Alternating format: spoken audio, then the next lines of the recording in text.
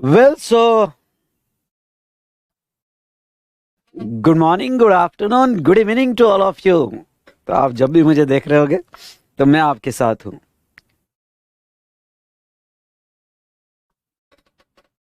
चलिए, मेरी आवाज क्लियर आ रही है सभी को? प्लीज बताइए, क्या मेरी आवाज सभी को क्लियर आ रही है?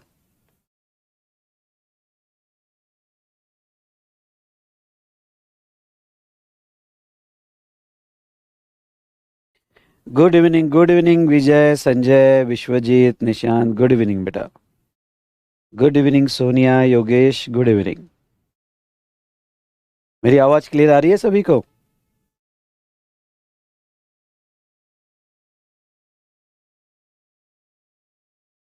Good evening Priya, Nikita, Naman. Good evening.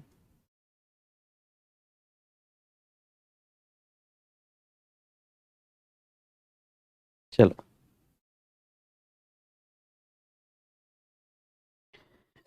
Well तो एक लंबी सांस लो और कहो, जो भी हुआ अच्छा हुआ, जो भी होगा बहुत अच्छा होगा। आए हम कुछ अच्छा करना है तो यस कहो, कहो पूरे पूरे पूरे यहाँ पे एनर्जी के साथ, पूरे होश के साथ। ये पॉजिटिव जो एनर्जी आप मेंटेन करते हो, दिन में एक बार कहो, सच में आपके साथ बहुत अच्छा होगा। तो आए हम कुछ अच्छा करना है तो इस बार 80 पार। उसके नीचे आपको बिल्कुल भी नहीं सोचना है। ओके, चलिए। सो दोस्तों, हम चैप्टर देख रहे थे एग्जाम्शन। मैं फटाफट एग्जाम्शन जितना भी हमारा हुआ है वो मैं यहाँ आपको रिवाइज करके देता हूँ। एग्जाम्शन में अगर आप आते हो तो सेक्शन 11 जो है, हम एग्जाम्शन पढ़ रहे थे। दो टाइप के एग्जाम्शन होते हैं। एक होता है जनरल एग्जाम्शन और दूसरा होता है स्पेशल एग्जाम्शन। जनरल एग्जाम्शन जो होता है by notification in official gazette, और स्पेशल एग्जाम्शन जो होता है by specific order. General exemption सारे लोगों को अप्लीकेबल होता है, वो पर्टिकुलर इंडस्ट्री में, वो पर्टिकुलर सेक्शन में। लेकिन स्पेशल एग्जाम्शन सारे लोगों को अप्लीकेबल नहीं होता है। ओके, वो स्पेसिफिक लोगों को ही अप्लीकेबल होगा जिसको ऑर्डर दी गई। जनरल एग्जाम्शन पब्लिक इंटरेस्ट में होते हैं, तो स्पेशल एग्जाम्शन इन एक्सेप्शनल सर्कमस्टेंसेस दिए जाते हैं। हमें जो सिलेबस में पढ़ना है वो सारे जनरल एग्जाम्शन पढ़ना है, और स्पेशली सर्विस सेक्टर के एग्जाम्शंस हमें यहाँ पढ़ना है। कॉमन पॉइंट, ओके, दोनों एग्जाम्शन एब्सोल्यूट हो गए या कंडीशनल हो गए। ओके, एग्जाम्शन में भी पार्टली और वोली दोनों भी हो सकते हैं। उसके बाद में बेटा अगर हम बात करें तो एग्जाम्शन की इफेक्टिव डेट क्या होगी। अगर एग्जाम्शन कंडीशनल है तो वो आप चूज कर सकते हो कि एग्जाम्शन लेना है या नहीं लेना है। लेकिन अगर एग्जाम्शन एब्सोल्यूट है तो वो आपको लेना ही पड़ेगा, क्योंकि एग्जाम्शन अगर आप लेते हो तो आपका आईटीसी डिनाई कर दिया जाता है। ओके, चलिए, ये तो हमने देखा रिगार्डिंग टू एग्जाम्शन। उसके बाद में गुड्स के जो एग्जाम्शन है, ध्यान से देखिएगा। गुड्स के जो एग्जाम्शन है वो गुड्स के एग्जाम्शन सिलेबस में नहीं है। लेकिन हाँ, सर्विस के जो एग्जाम्शन है वो सर्विस के एग्जाम्शन हमारे सिलेबस में है। मैंने सेक्टर वाइज यहाँ लिया है। आपको सीरियल नंबर के याद करने की ज़रूरत नहीं है, पर अगर नोटिफिकेशन 12/2017 आपको याद आ जाए, ओके, या याद रह जाए, तो इससे अच्छी बात और क्या होगी। तो अब ऐसे केस में ओके, हमने हेल्थ केयर सेक्टर देखा था, फिर charitable religious sector, legal sector और एग्रीकल्चर सेक्टर। ये सेक्टर वाइज एग्जाम्शन आप कैसे याद रख सकते हो, तो एक स्टोरी बना लो। पुष्पा पुष्पा की तबीयत खराब हुई। ओके, हाँ, पुष्पा, जीएसटी, फ्लावर समझा क्या, फायर है मैं, ठीक है, तो फायर है मैं। तो पुष्पा की तबीयत खराब हुई, हेल्थ केयर सर्विस। वो तबीयत इतनी खराब हुई कि वो पूजा पाठ में लग गया, चैरिटेबल और रिलीजियस सेक्शन। यहाँ लिख दो, पुष्पा की तबीयत खराब हुई, यहाँ लिख दो। वो पूजा पाठ में लग गया, स्टेप्स लिख दो यहाँ सामने, यहाँ सामने स्टेप लिख दो। ओके, पुष्पा की तबीयत खराब हुई। सेकंड, वो पूजा पाठ में लग गया, चैरिटेबल रिलीजियस सेक्टर। उसके पास खेती थी। ओके, उसके पास खेती थी, एग्रीकल्चर सेक्टर। खेती के बंटवारा करने के लिए लॉयर को बुलाया गया, खेती का बंटवारा करने लॉयर को बुलाया गया। तो उसके पास खेती थी, खेती का बंटवारा करने लॉयर को बुलाया गया। ओके, और फिर धीरे धीरे ये स्टोरी के टाइटल पे ही हम स्टोरी, ओके, हर सेक्टर के टाइटल पे ही स्टोरी लिख लेंगे, सो दैट अगर आपको सेक्टर याद है तो उसके अंदर के एग्जाम्पशंस भी याद आ जाएंगे, और उसके अंदर के अगर एग्जाम्पशंस याद आ गए तो डेफिनेटली आपको जो है यहाँ पे दोस्तों, यस, ओके, वो चार्ट्स भी याद आ जाएंगे। ओके, चलिए, तो अब यहाँ पे अगर हम बात करें तो हेल्थ केयर सेक्टर, अगर तीन एग्जाम्पशन सिर्फ तीन लोग देंगे तो एग्जाम्पशन है कौन सा, clinical establishment, authorise medical practitioners और पैरामेडिक्स। अगर ये तीन लोग देते हैं तो एग्जाम्पशन मिलेगा। ओके, एग्जाम्पशन किस बात पे मिलेगा, health care service. Okay, health care service हमने क्या पढ़ा था, health care service clinical establishment, authorise medical practitioners और पैरामेडिक देते हैं तो उसको एग्जाम्पशन मिलेगा। What do you mean by health care, health care means include but does not include. Health care means diagnosis, treatment, care on double iPad, DTC double iPad, on illness, injury, pregnancy, abnormality और deformity in recognized system of medicine, तो वो health care माना जाएगा। Ambulance service जो है, okay, अगर ये तीन लोग देते हैं तो एग्जम्प्ट होगा, लेकिन अगर प्राइवेट सेक्टर भी देता है क्लॉज बी में, अगर प्राइवेट सेक्टर देता है तो भी एग्जम्पशन दिया जाएगा। लेकिन प्लास्टिक सर्जरी और हेयर ट्रांसप्लांट होगा जो जस्ट ब्यूटी ट्रीटमेंट है तो उसे एग्जम्पशन नहीं मिलेगा, इवन दो वो सर्विस कोई हॉस्पिटल दे रहा हो, क्लिनिकल एस्टेब्लिशमेंट दे रहा हो, ओके, तो उसके एग्जाम्पशन नहीं मिलेगा। लेकिन अगर टू रिस्टोर, रिकंस्ट्रक्ट एनाटॉमी और functions of body affected due to congenital defect, development abnormalities, injury, trauma, cancer वगैरह, और इसके वजह से अगर आपको प्लास्टिक सर्जरी या हेयर ट्रांसप्लांट करना पड़ा तो डेफिनेटली आपको एग्जाम्पशन मिल जाएगा। लेकिन अब देखो, केयर, अगर आप केयर करते हो तो एग्जाम्पशन है, लेकिन उसमें रेंटिंग ऑफ रूम होगा, जैसे हॉस्पिटल में, क्लिनिकल एस्टेब्लिशमेंट में रूम रेंटिंग दिया जा रहा है और उसका रेंट, सुनिएगा, उसका रेंट अप टू 5,000 होगा पर डे तो एग्जाम्पशन है।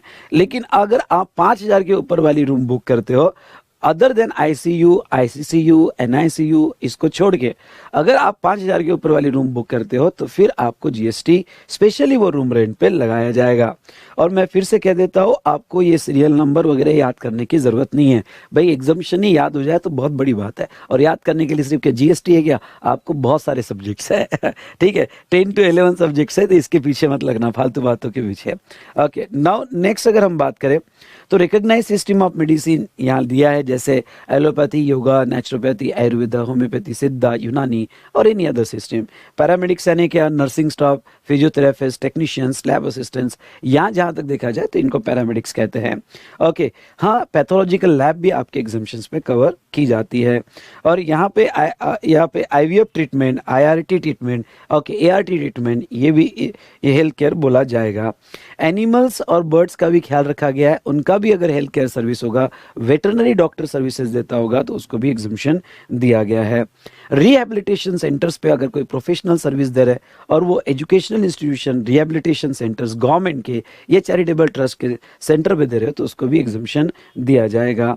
ओके, हमने ये एग्जाम्पल देखा, फिर एक क्लैरिफिकेशन देखा, जैसे सॉरी बेटा, एक क्लैरिफिकेशन हमने देखा, और वो क्लैरिफिकेशन हमने देखा, ओके, बेटर वे मैं आपको इस डायग्राम से पढ़ा देता हूँ।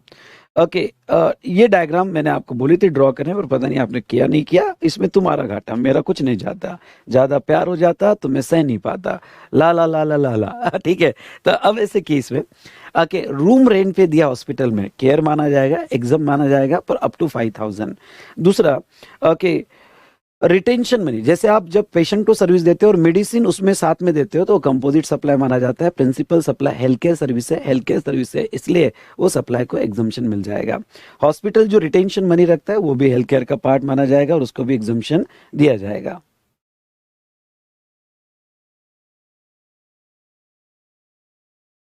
ओके, उसके बाद में डॉक्टर हॉस्पिटल को जो सर्विस दे रहा है वो एग्जाम। कैंटीन की सर्विस, कैंटीन की सर्विस एडमिटेड पेशेंट्स को दिया जा रहा है तो वो कंपोजिट पार्ट बोला जाएगा, एग्जाम। नॉन एडमिटेड या विजिटर्स, डॉक्टर से अदर को दिया जा रहा है तो उसको एग्जाम्पशन नहीं दिया जाएगा, वो टैक्सेबल होगा। अगर कैंटीन हॉस्पिटल से होगी, अगर प्राइवेट कैंटीन होगी तो फिर सारी सर्विसेज उसकी टैक्सेबल किया जाएगा। ओके, फिर हमने देखा वो पूजा पाठ में लग गया। ओके, चैरिटेबल ट्रस्ट जो सेक्शन 12A और 12AB of income tax act में रजिस्टर है, और अगर ये चैरिटेबल ट्रस्ट जो है यहाँ पे सर्विसेज दे रही है और वो चैरिटेबल एक्टिविटी दे रही है, तो वो एग्जम्पशन दिया जाएगा। अब ये charitable activity, list of charitable activity उन्होंने दिया है, एक दो बार पढ़ लेना। ओके, पर इसमें स्पिरिचुअल, योगा वगैरह इस पे स्पेशली क्वेश्चन पूछा जा सकता है। ओके, तो ये चैरिटेबल, अगर इतनी ही चैरिटेबल एक्टिविटी देते हैं और चैरिटेबल ट्रस्ट को उसका कंसिडरेशन मिलता है, फ्री दिया तो उसके ऊपर सवाल ही नहीं, वो तो सप्लाई नहीं है। लेकिन अगर चैरिटेबल ट्रस्ट ने ये चैरिटेबल एक्टिविटी करने के लिए कुछ पैसा लिया, थोड़ा बहुत पैसा लिया, तो वो सिचुएशन में वहां पे एग्जम्पशन नहीं मिलेगा, सॉरी वहां पे वो सप्लाई बोला जाएगा, लेकिन उसको अलग से एग्जम्पशन दिया गया है। फ्री दिया तो सप्लाई बोला ही नहीं जाएगा। उसके बाद में नेक्स्ट बेटा, यहाँ पे हमने देखा hostel accommodation. Okay, hostel accommodation यहाँ एग्जम्पशन नहीं, रेसिडेंशियल ड्वेलिंग में है। लेकिन अगर आप कोई स्पिरिचुअल प्रोग्राम ले रहे हो, साथ साथ में लॉजिंग बोर्डिंग सर्विस दे रहे हो, तो वो कंपोजिट सप्लाई है। लेकिन अलग से लॉजिंग बोर्डिंग सर्विस दे रहे हो, ओके, तो वो फिर टैक्सेबल हो जाएगा। फिटनेस कैंप क्लासेस वगैरह सर्विस दे रहे हो तो वो टैक्सेबल हो जाएगा। चलिए, फिर हमने देखा था रिलीजियस एक्टिविटी। रिलीजियस एक्टिविटी में हमने क्या देखा था? ओके, पंडित की services, conduct of religious ceremony, ये एग्जम्प्ट होगी।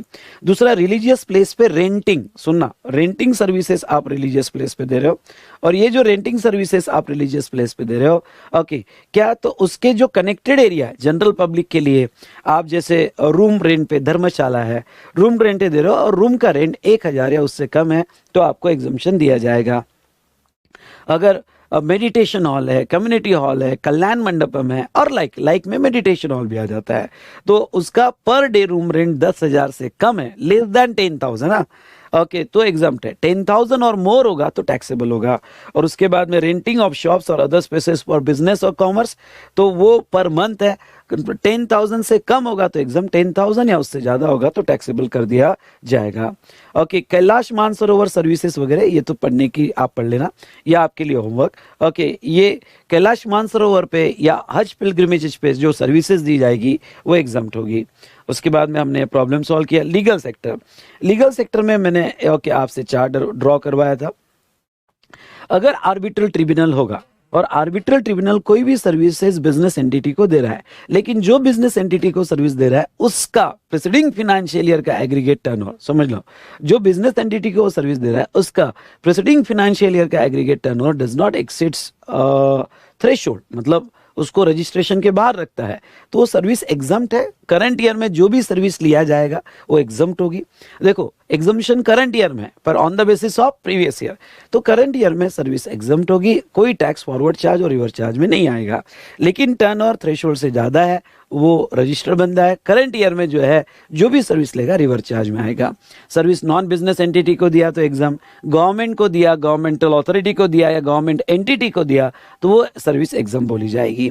उसके बाद में बेटा नेक्स्ट जो है यहाँ पे lawyer other than senior advocate, तो पहले तीन तो वैसे ही है। Okay, lawyer other than senior advocate, पहले तीन सर्विस वैसे ही है, एग्जम्प्ट है। इसमें स्पेशल क्या है? इसमें स्पेशल है कि अगर सर्विसेज अनदर एडवोकेट और फर्म ऑफ एडवोकेट ने दिया तो उसको एग्जम्पशन है, अदर देन सीनियर एडवोकेट। लेकिन अगर ये सीनियर एडवोकेट की बात होगी, अगर ये सीनियर एडवोकेट की बात होगी तो वो सर्विस टैक्सेबल है। ओके, लास्ट, बाकी तो तीनों सेम है, पर लास्ट वाला सर्विस टैक्सेबल है, और उसमें वो सीनियर एडवोकेट जो सर्विस ले रहा है बिजनेस एंटिटी है। हाँ, अब जो सर्विस ले रहा है, सॉरी, सीनियर एडवोकेट की जो सर्विस ले रहा है, अनदर एडवोकेट और फर्म ऑफ एडवोकेट जो सर्विस ले रहा है वो है तो बिजनेस एंटिटी, क्योंकि बिजनेस एंटिटी में प्रोफेशन आता है। तो अगर उसका टर्नओवर 20 लाख से कम होगा प्रीसीडिंग फाइनेंशियल ईयर में, तो ऐसे केस में फर्स्ट क्लॉज के तहत वो एग्जम्पशन ले सकता है। लेकिन अगर उसका टर्नओवर 20 लाख से ज्यादा होगा तो टैक्स तो आएगा और रिवर्स चार्ज में टैक्स पे करना पड़ेगा। ओके, ये हमने देखा। उसके बाद में हमने देखा एग्रीकल्चर सेक्टर। एग्रीकल्चर सेक्टर में हमने देखा activity A to G. Activity A to G, कौन सी ए टू जी? ओके, ऐसी एक्टिविटी जो डायरेक्टली रिलेटेड टू प्रोडक्शन है। दूसरा सप्लाई फार्म लेबर है। तीसरा यहाँ पे एग्रीकल्चर फार्म पे ये सारी एक्टिविटी, फार्म पे की गई सारी एक्टिविटी। उसके बाद में रेंटिंग और लीजिंग ऑफ एग्रो मशीनरी और vacant land.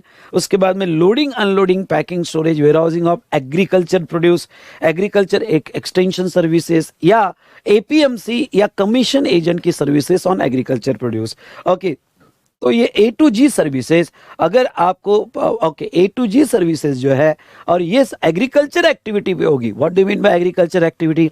Cultivation of plant या rearing of all life form of animals except horses, except horses, except horses, except horses. हाँ, ओके, तो यहाँ पे animals for food, fibre, fuel, raw material और other similar product, तो उसे agriculture activity मानी जाएगी। मतलब ये दो एक्टिविटी इन पर्पस के लिए होनी चाहिए तो एग्रीकल्चर एक्टिविटी मानी जाएगी। और एग्रीकल्चर प्रोड्यूसर है क्या, देखो कुछ सर्विसेज जब तक वो गुड्स अपना स्टेटस एपी रखेगा, एपी रखेगा मतलब एग्रीकल्चर प्रोड्यूस, तब तक उसकी loading, unloading, storage, warehousing services, APMC services, commission agent services, उसकी तब तक दी गई सारी सर्विसेज ओके एग्जम्प्ट है। अब एपी मतलब बड़ा रॉ बच्चा, एपी मतलब रॉ बच्चा, इसलिए ओके एपी मतलब समझना कि जब तक वो छोटा बच्चा है, रॉ है, छोटा है, तो उसको गोद में लेना एग्जाम, कैरी करना एग्जाम, कहा ओके झूले में रखना एग्जाम।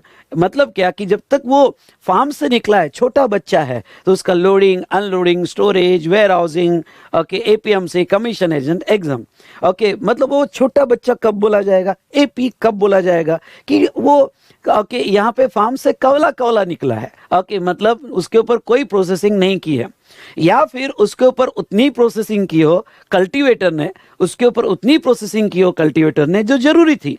अब वो बच्चा है, उसको हाँ एक तो वो एज इट इज नंगा बुंगा है ओके, छोटा बच्चा है ओके, तो उसके ऊपर कोई प्रोसेसिंग ना की हो, या फिर उसको थोड़े बहुत कपड़े पहना दिए, पर कपड़े पहना दिए पर है तो छोटा बच्चा ही ओके। और यूजुअली कल्टीवेटर करता है, यूजुअली मम्मी ओके करती है कि कपड़े पहना दिए ओके। तो इन सिचुएशन वही एक्टिविटी जो बाहर वाला नहीं कर रहा है, कल्टीवेटर खुद ही कर रहा है, प्रोड्यूसर खुद ही कर रहा है, which does not change the essential character okay. तो जब तक वो छोटा बच्चा होगा ओके, तब तक उसकी लोडिंग अनलोडिंग, लेकिन जैसे उसके ऊपर कोई ऐसी प्रोसेसिंग की जो बाहर वाले ने कर दी और उसके एसेंशियल कैरेक्टर बदल गए, अब बड़ा हो गया, एसेंशियल कैरेक्टर बदल गए, या फिर वो प्रोसेसिंग जो है ओके कल्टीवेटर ने नहीं किसी और ने किया होगा, तो वो सिचुएशन में अब वो एपी नहीं बचा। अगर वो एपी नहीं बचा तो उसके केस में उसके ऊपर loading, unloading okay, storage, warehousing, APMC, commission agent की कमीशन, सारी सर्विसेज टैक्सेबल होगी। अरे समझा कि नहीं समझा भाई, समझा कि नहीं समझा।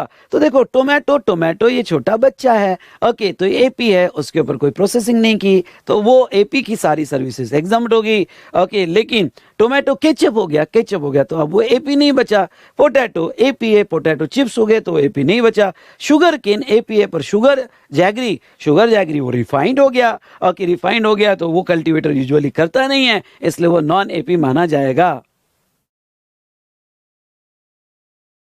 ओके, नॉन एपी माना जाएगा ओके। ग्राम्स, चना एपी है, पर यहाँ पे पल्सेस, पल्सेस एपी नहीं है, राइस एपी नहीं है ओके। मैं फिर से कह रहा हूं, उसके बाद में रॉ कॉटन एपी है, पर बाकी एपी नहीं है। Rearing of animal agriculture activity है, उससे मिलने वाला मिल्क एपी है, लेकिन जैसे उसको पॉस्चराइज कर देते हैं, बड़ा बच्चा कर देते हैं, अब वो एपी नहीं बचा। हाँ, ग्रेन एपी है, कल्टीवेटर यूजुअली ज्वार बना लेता है, वीट बनाता है, और ये वीट और ज्वार मिल नहीं होती, जैसे राइस मिल अलग होती है, वीट और ज्वार मिल नहीं होती है, वो फार्म पे ही बनती है और कल्टीवेटर बनाता है थ्रेशिंग से, तो वो यूजुअली कुछ प्रोसेस अलाउड है पर वो कल्टीवेटर नहीं करनी चाहिए, तो वो एपी है, वो एपी का स्टेटस रखेगी। लेकिन जैसे फ्लोर बन जाएगा वो एपी नहीं रहा ओके। तो यहां तक हमने देखा था। और कुछ ऐसे अलग एग्जम्पशंस जो मेन में कवर्ड नहीं होते हैं, जस्ट अ मिनट, कुछ ऐसे अलग एग्जम्पशन जो मेन में कवर्ड नहीं होते। अरे यार सॉरी बेटा, क्या हो रहा है समझ में नहीं आ रहा।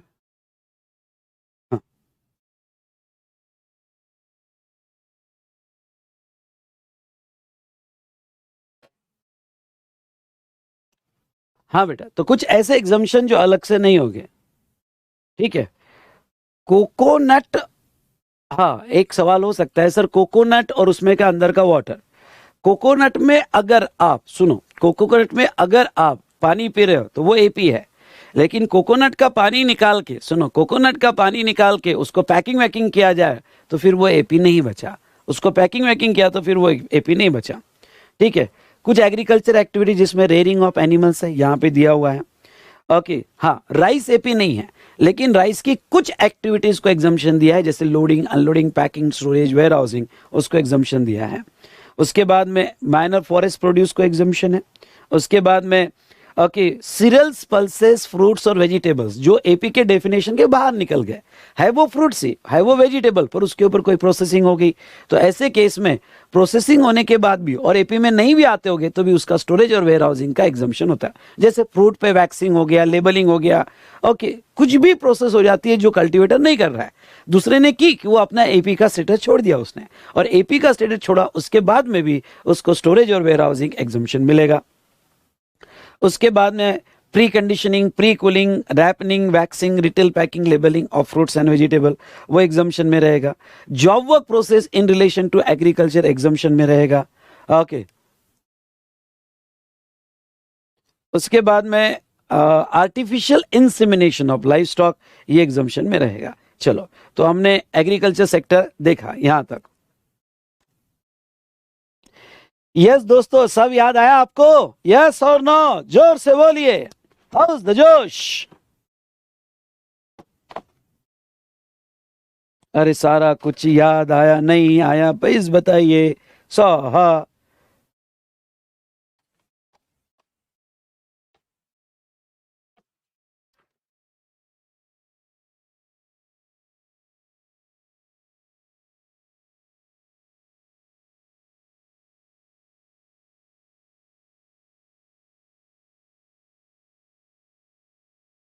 सर, ओके,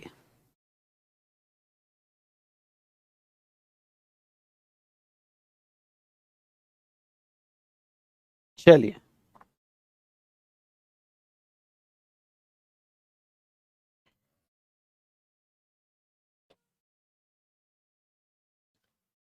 अब यहां पे नेक्स्ट सेक्टर लेते हैं, road transport, okay, of goods and etcetera. चलिए, डायग्राम पे बाद में आएंगे। Exemption relating to transport sector. अब हम देखेंगे पैसेंजर ट्रांसपोर्ट सर्विस। सुनिए, पैसेंजर ट्रांसपोर्ट सर्विस, ठीक है। अब पैसेंजर ट्रांसपोर्ट सर्विस में क्या एग्जम्पशन है देख लें। एग्जम्पशन पढ़ लेते हैं, एक बार पढ़ेंगे, समझने की कोशिश करेंगे, पिक्टोरियल प्रेजेंटेशन में देखेंगे, तो इसके बाद में चार्ट बनाएंगे।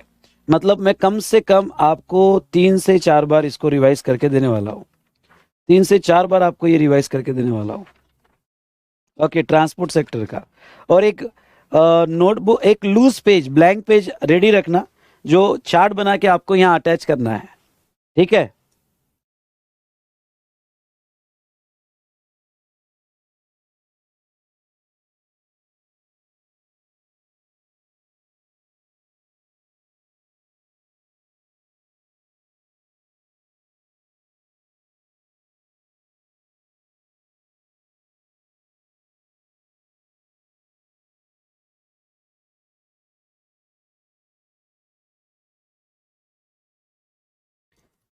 ठीक है, यहां पे अब ये देखो, रेलवे इन अ क्लास अदर देन, सुनो, रेलवेज इन अ क्लास, आपको एग्जाम्पशन देखो, अदर देन फर्स्ट क्लास और एयर कंडीशनिंग कोच। तो अब ये दोनों में ध्यान से देखिएगा, other, first class and air conditioning coach, ठीक है। तो रेलवे से अगर आप ट्रांसपोर्ट करोगे तो एग्जम्प्ट है, लेकिन फर्स्ट क्लास में करोगे तो टैक्सेबल, एसी कोच में करोगे तो टैक्सेबल, ये केस में टैक्सेबल है। बाकी बाकी कोई भी क्लास हो, स्लीपर क्लास हो, जनरल क्लास हो, तो वो सिचुएशन में एग्जम्प्ट माना जाएगा। ओके, वो सिचुएशन में एग्जाम माना जाएगा, ठीक है। दूसरा, मेट्रो, मोनोरेल, ट्रैमवे एग्जम्प्ट है। ओके, तो देखो, service of transportation of passenger with और विदाउट अकम्पनीड, मतलब पैसेंजर उसके साथ कुछ बैग्स होगी, चलेगा। Okay, please don't spam, please. Okay, यहां पे आप, ठीक है, metro, monorail, tramway. Next, inland waterways. Okay, next बेटा क्या, इनलैंड वाटरवेज, यानी रिवर ट्रांसपोर्ट लिख दो, रिवर ट्रांसपोर्ट। उसके बाद में public transport other than predominantly for tourism purpose, tourism purpose. यहां पे in a vessel between place located in India. अब नेक्स्ट एग्जाम्पशन देखो क्या है, जस्ट मिनट। विकी तुम्हारी पॉइंट मैं समझ गया बेटा। अब ये जो है ना क्लास के एंड में 10:30 बजे क्लास एंड होगा, तब मैं आपको 10:15 बजे तब मैं आपको ये नंबर दे दूंगा, प्लीज बेटा। ओके, स्पैम मत करो।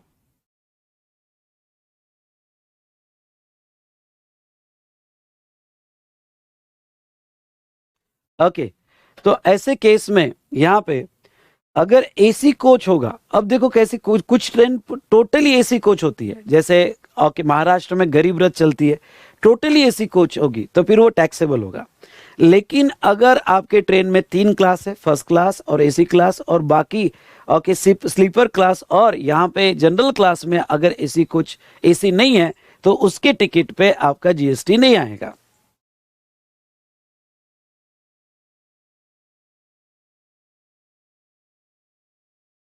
ओके, तो यहाँ पे बेटा फर्स्ट क्लास एसी क्लास कुछ प्रॉब्लम आया था, फिर से ले रहा हूँ। Okay, metro monorail tramway inland waterway, उसके बाद में पब्लिक ट्रांसपोर्ट। पब्लिक ट्रांसपोर्ट जो है okay in a vessel, in a vessel मतलब सी ट्रांसपोर्ट, लिख दो इन अ वेसल मतलब sea transport, sea transport. Okay, public transport other than predominantly for tourism purpose in a vessel between the places located in India, and E meter cab और auto rickshaw including ई rickshaw. इससे अगर आप travel करते हो, meter cab auto rickshaw including ई rickshaw, इससे अगर आप travel करते हो तो आपको एग्जम्पशन दिया जाएगा।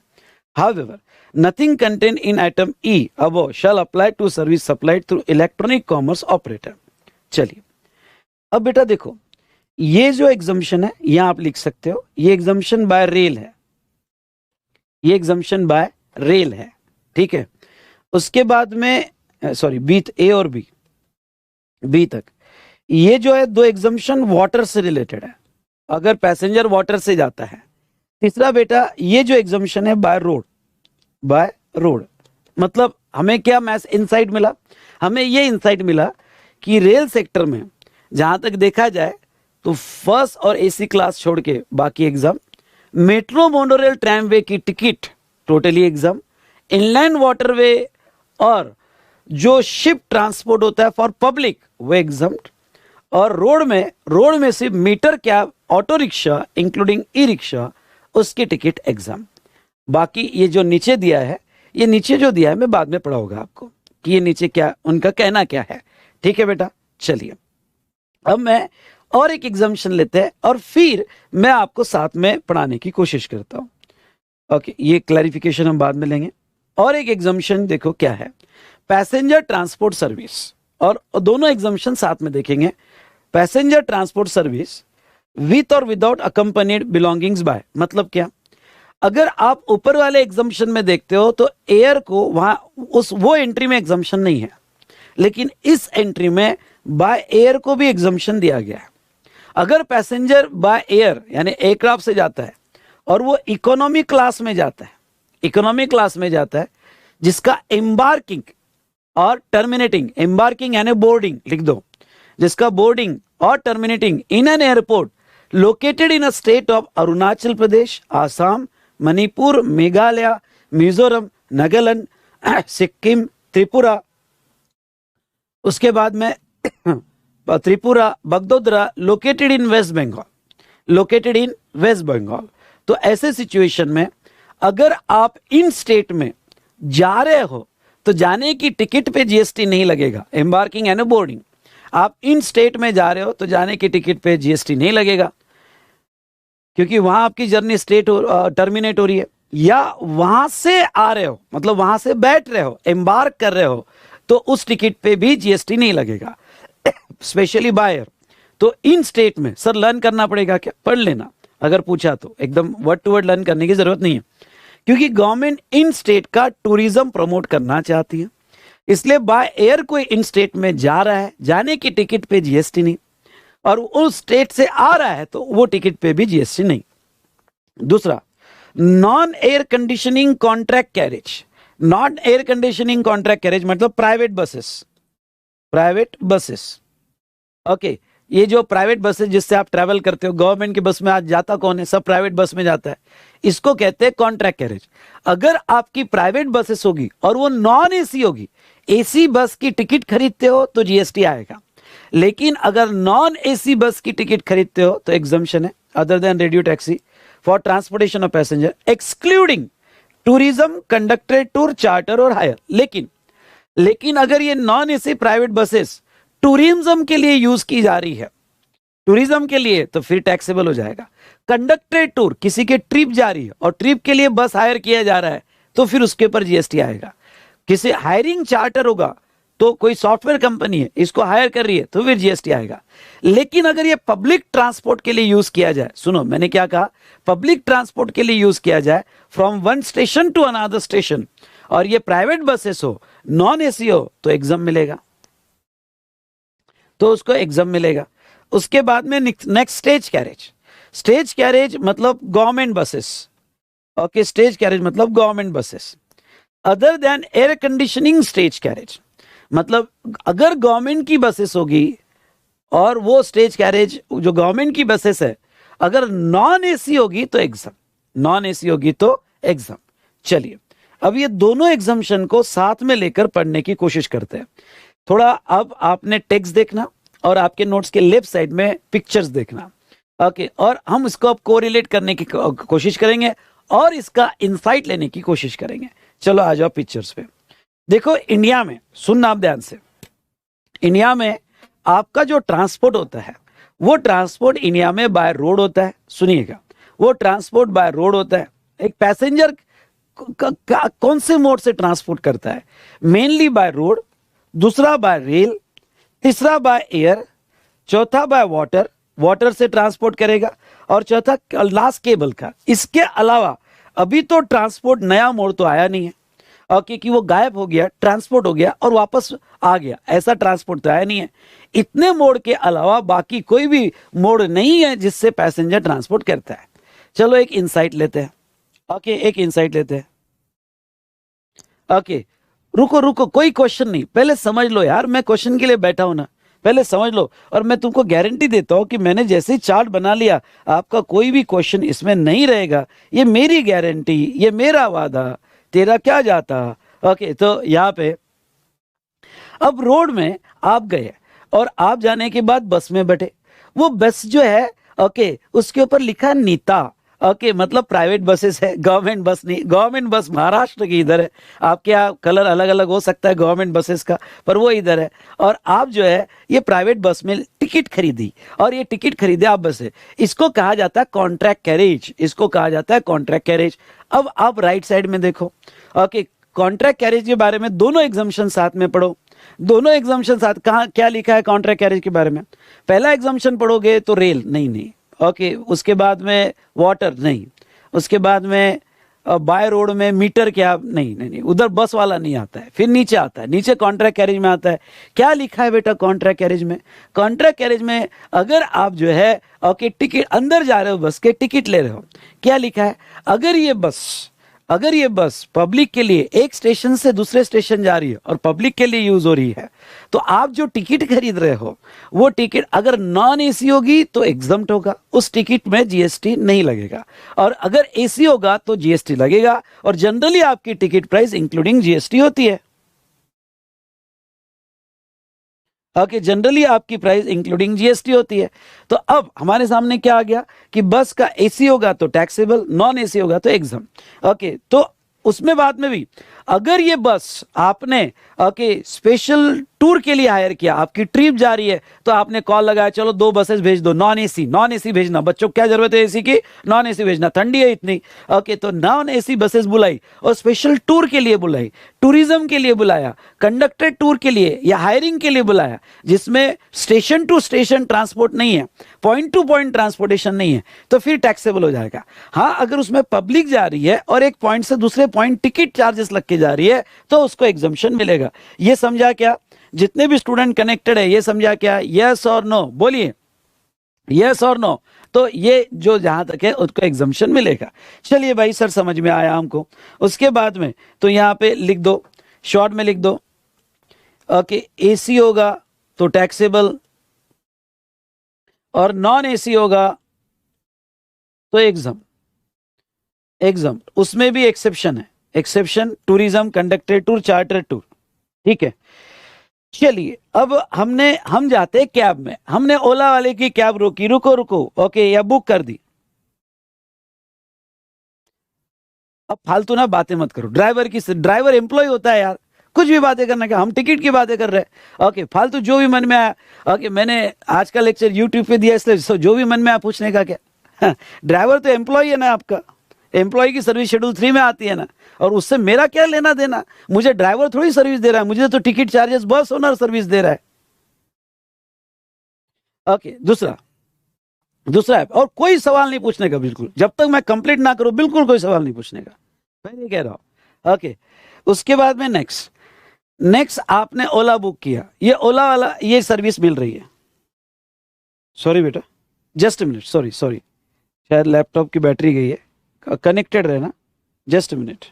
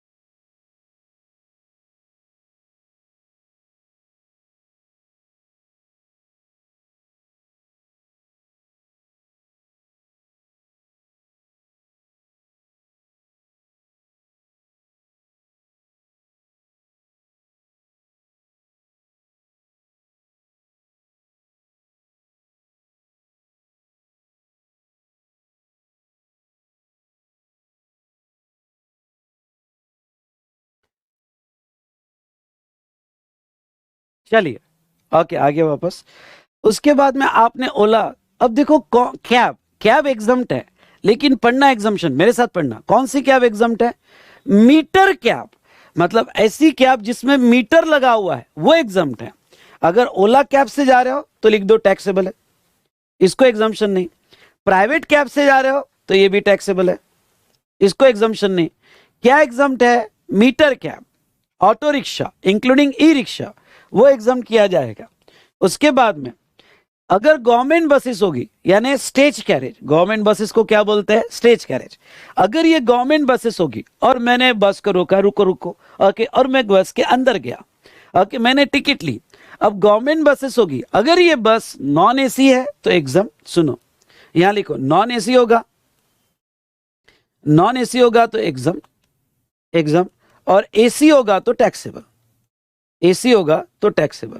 आई रिपीट, अगर नॉन एसी होगा तो एग्जाम, एसी होगा तो टैक्सेबल। अब भाई ये टैक्सी वाला है, मैंने टैक्सी वाले को रोका, रुको टैक्सी वाले को, और मैं अंदर बैठा, उसने मीटर घुमाया, मीटर कैब होगी तो एग्जाम, ये मीटर कैब होगी तो लिखो बेटा एग्जाम, ये एग्जाम्प्ट है मीटर कैब। और sir auto rickshaw including e rickshaw, तो ये भी एग्जाम्प्ट है। ओके, अगर आपको समझ में आया होगा तो दोनों एग्जाम्पशन अगर मैं साथ में पढ़ता हूं तो मुझे अब रोड का कंप्लीट व्यू मिल गया। ओके, एक बार फिर से मेरे साथ, एक बार फिर से मेरे साथ।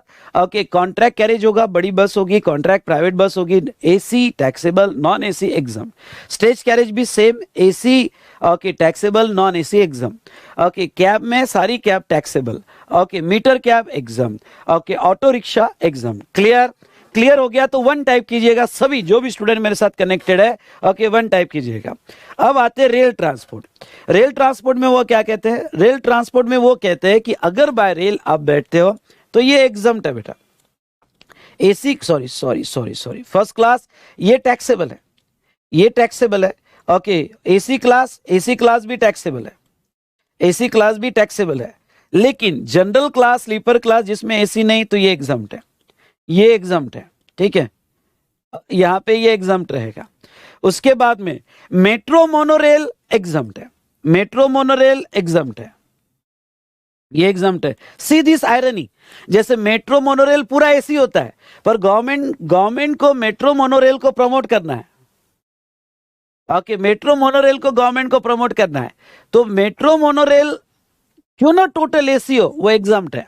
लेकिन रेलवे होगी, ओके, झुक गाड़ी होगी हमारी, passenger transport, okay, transportation service, उसमें फर्स्ट क्लास और इसी क्लास टैक्सेबल है, यानी मेट्रो मोनोरेल एग्जाम बट ये टैक्सेबल है। ओके, उसके बाद में ट्रैमवे यहाँ पे एग्जाम, ट्रैमवे होगी तो एग्जाम। बेटा ये जो आप पिक्चर्स देख रहे हो ना, नॉट कॉपीड फ्रॉम एनीवेयर, ये मेरी ग्राफिक्स टीम ने बनाए हुए हैं, एक एक कैरेक्टर डिजाइन किया हुआ है। मुझे याद है जब मैंने मेरे ग्राफिक्स टीम को बोला था कि मुझे एक ऐसा सीन चाहिए जिसमें रेल भी दिखनी चाहिए, मेट्रो भी दिखना चाहिए और ट्रैमवे भी दिखना चाहिए। हम 4 घंटे बैठे और एक सीन में मैंने पूरा ये लाया, सो दैट आपको कॉन्सेप्ट बहुत अच्छे से समझे। अब मेहनत बहुत की, पता नहीं आपने तो बस व्यू देख लिया, बात खत्म, पर ये व्यू आपके दिमाग में घुसना चाहिए, आपको याद रहना चाहिए। इसके लिए इसके पीछे की जो मेहनत है वो हमने यहाँ पे की है। उसके बाद में एयर ट्रांसपोर्ट। अब एयर ट्रांसपोर्ट में क्या है बेटा, बता देता हूं।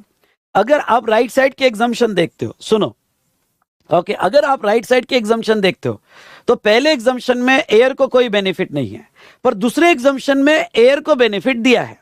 ओके, दूसरे एग्जाम्पशन में एयर को बेनिफिट दिया है, वो भी सारे एयर टिकट को नहीं दिया है। ओके, दूसरे केस में, ओके, दूसरे केस में उन्होंने एग्जाम्पशन कहां दिया है, तो दूसरे केस में अगर वो नोटिफाइड स्टेट में, वो नोटिफाइड स्टेट में अगर आप जाने की टिकट होगी या आने की टिकट होगी, उसको एग्जाम्पशन है। तो देखो यहां पे बाय एयर, यहां लिखो mostly taxable, mostly by air taxable होगा। लेकिन यहां एक चार्ट बनाते हैं, ऐसा ऊपर लेके चार्ट बनाओ। ओके, ऊपर लेके चार्ट बनाओ। ओके, और यहां लिखो एयर टिकट, आपकी एयर टिकट बन रही है। अब बेटा एयर टिकट में 2 पार्ट आएगा। ओके, तो एयर टिकट में 2 पार्ट कौन सा, कि अगर आप नॉर्मली होगा, नॉर्मली ओके, यहाँ एयर टिकट, तो जो एयर टिकट नॉर्मली टैक्सेबल है उसको कोई एग्जाम्पशन नहीं है। लेकिन अगर यहाँ पे आपका बोर्डिंग और टर्मिनेशन, लिखो वहां पे बोर्डिंग और टर्मिनेशन, लिखो और समझ में आएगा। आपका बोर्डिंग और टर्मिनेशन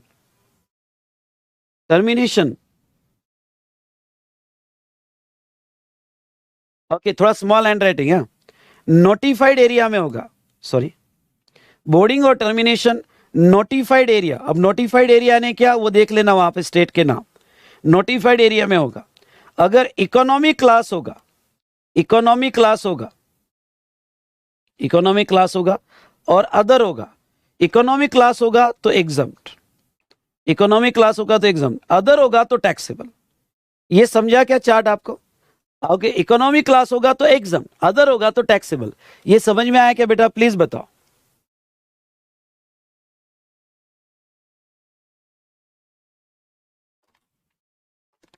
ओके, ये बताओ, ये समझ में आया क्या आपके?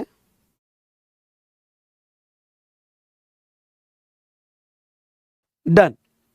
इसमें कोई क्वेश्चन, इसमें कोई क्वेश्चन? चलिए, उसके बाद में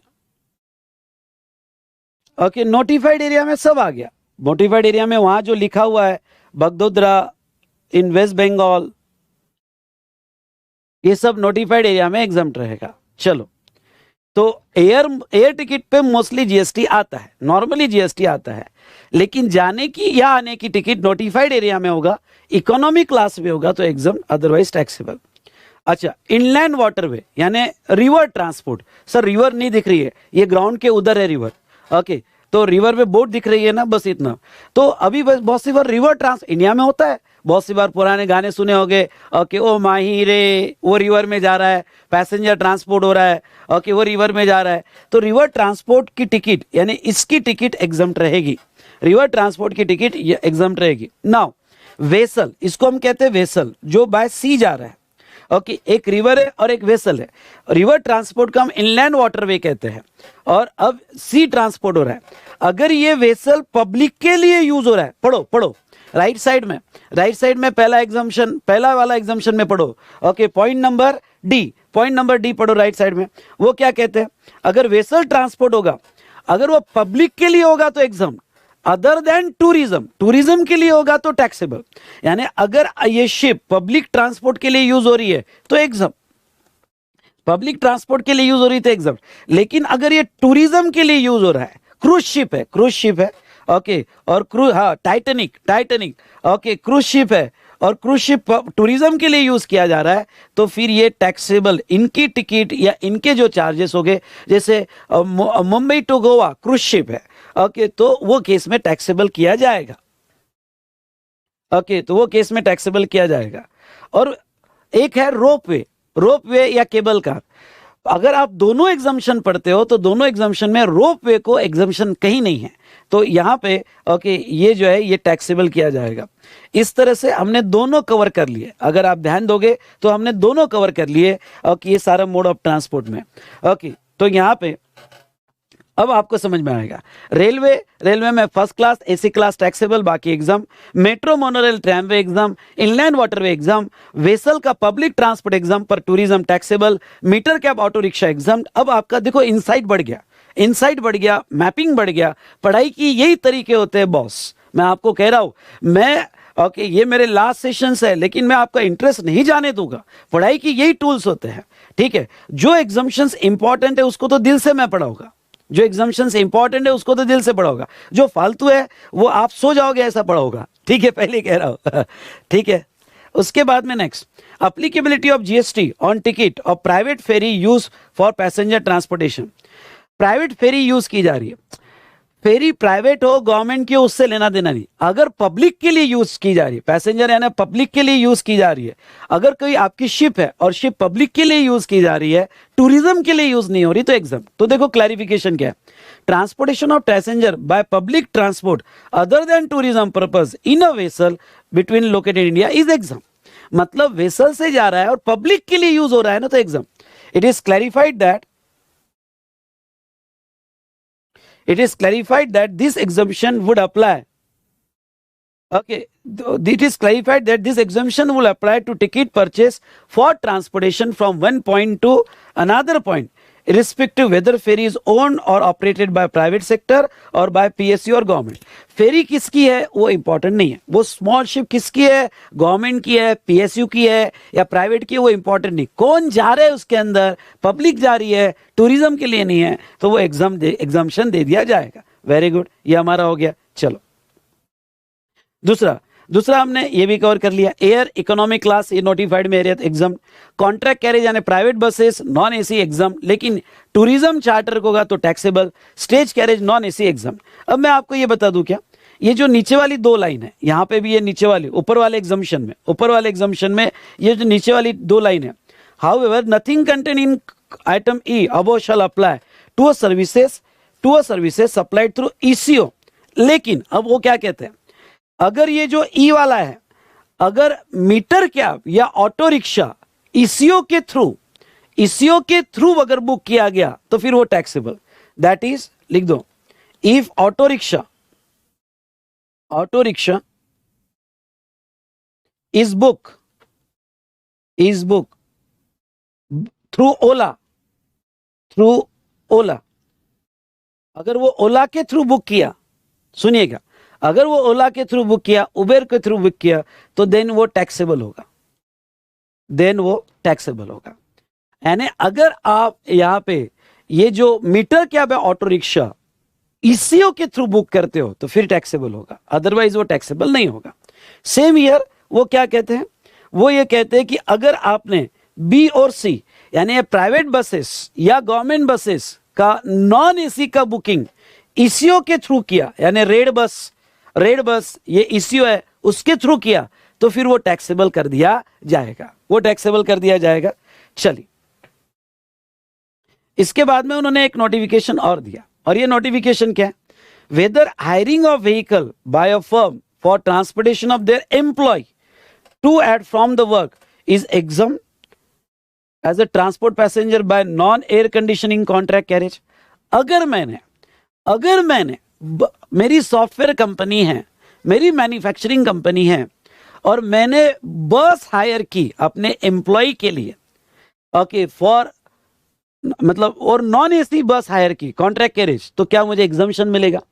it is clarified that said exemption would apply to passenger transport service by non air conditioning contract carriage falling under heading वगैरह याद नहीं रखना, where according to explanatory note transportation take place over between route, predetermined route और predetermined schedule. अब वो देखो क्या कहते हैं, अगर आपका प्री डिटरमाइंड रूट यानी एक स्टॉप से दूसरे स्टॉप तक का पब्लिक ट्रांसपोर्ट होगा तो एग्जम्प्ट होगा, मतलब रूट फिक्स होना चाहिए, शेड्यूल फिक्स होना चाहिए, स्टॉप फिक्स होने चाहिए तो एग्जम्प्ट होगा। लेकिन exemption shall not be applicable where contract carriage is hired for a period of time during which contract carriage is at the disposal of service recipient and recipient thus free to decide the manner of route। लेकिन अगर वो special hiring होगा और वो जो recipient है वो decide करेगा रूट क्या होगा, मेरे एम्प्लॉय कहाँ जाएंगे, एम्प्लॉय के घर तक छोड़ दो, फ्लैट तक छोड़ दो, मतलब उसमें प्री डिटरमाइंड रूट नहीं है, प्री डिटरमाइंड शेड्यूल नहीं है, ओके, वो स्पेशल हायरिंग होगा तो उसमें एग्जम्पशन आपको नहीं मिलेगा। ओके, चलिए, तो ये था regarding to passenger transport service. Sir क्या फिर ये एग्जाम्पशन हमारा हो गया क्या? कैसे हो गया भाई? चार्ट तो बनाना है ना, ओके, यानी ओके, एक बार पढ़ना हो गया, डायग्राम देखना हो गया, फिर से पढ़ा गया, चार्ट बनाया गया, इसके बाद भी अगर आपको नहीं आता तो उसमें तेरा घाटा, मेरा कुछ नहीं जाता। तो अब आप रजिस्टर का पेज लो, सुनो, आप रजिस्टर का पेज लो और रजिस्टर के पेज पे एक हॉरिजॉन्टल ले लो, वर्टिकल नहीं, एक लूज पेज लो, हॉरिजॉन्टल, ओके, ऐसा नहीं, वर्टिकल लो, और आप अब ये डायग्राम आपको निकालना है मेरे साथ। तो चलो फटाफट डायग्राम निकालते वक्त ऐसे निकालो कि आपको अभी के अभी पूरा लर्न होना चाहिए। चलो चलो चलो फटाफट, और डायग्राम का स्ट्रक्चर देख लो। अगर आपको स्क्रीनशॉट लेना है तो स्क्रीनशॉट, लेकिन मेरे साथ लिखना बॉस, मेरे साथ लिखना। मैं आपको स्पेशली लिखवा के दे रहा हूँ, स्क्रीनशॉट भी दे सकता हूँ पर नहीं, मैं आपको स्पेशली लिखवा के दे रहा हूँ, मेरे साथ आप लिखिएगा, ओके, फटाफट लिखिएगा। ओके, तो चलो, ये स्ट्रक्चर रहेगा, स्पेस कैसे मैनेज करना आपको समझ गया। ओके, जैसे रोड के लिंक के बाद में रेल को नीचे ले लेंगे, फिर वाटर, एयर और रोपवे। तो चलिए फटाफट यहाँ ड्रॉ करो। पहला पैसेंजर ट्रांसपोर्ट सर्विस, टाइटल लिखो passenger transport service.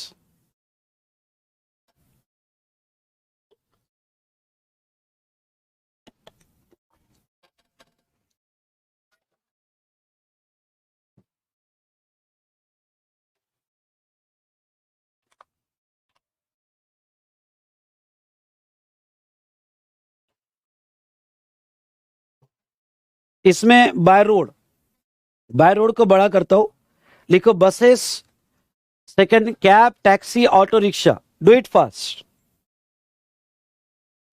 Buses, second लिखो cab, taxi, auto rickshaw.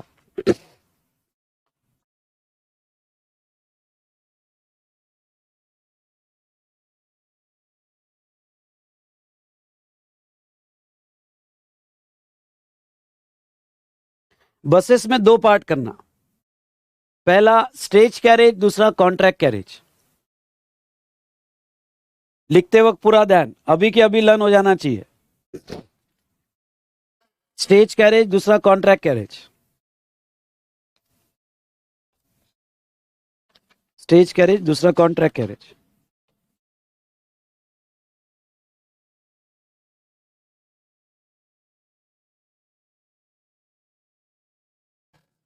Stage carriage AC taxable, non AC exempt. Contract carriage public transport, AC taxable, non AC exam.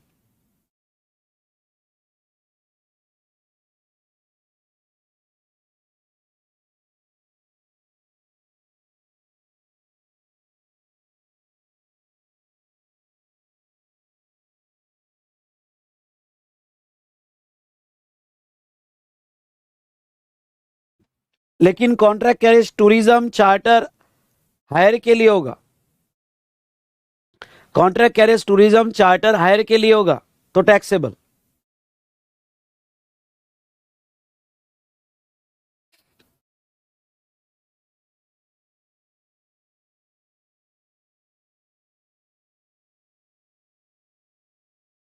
Taxable. अब ये दोनों को ऐसे combine करके dot dot से combine करके एक नोट दो, यानी ये नॉन एसी और वो नॉन एसी जो एग्जाम लिखा, डॉट डॉट करके कंबाइन करके नोट लिखो। अगर ये ईसीओ के थ्रू बुकिंग हुई होगी then taxable. It is supplied through ECO, electronic commerce operator like Ola, red cab वगैरह, देन टैक्सेबल।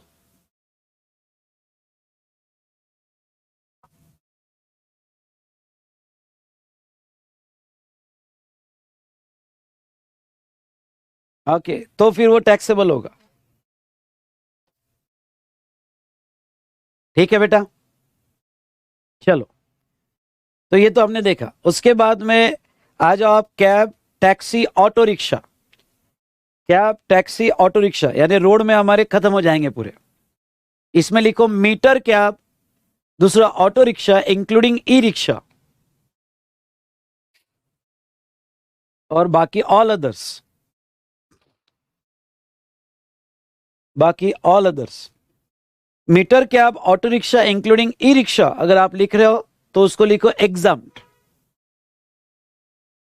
उसको यहां पे लिखो एग्जाम्प्ट। All others taxable.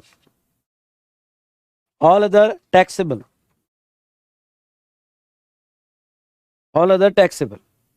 लेकिन यहां नोट लिख देना, अगर ये ऑटो रिक्शा या मीटर कैब ईसीओ के थ्रू बुक किया तो टैक्सेबल है। If it is supplied through ECO under section 9(5) then taxable.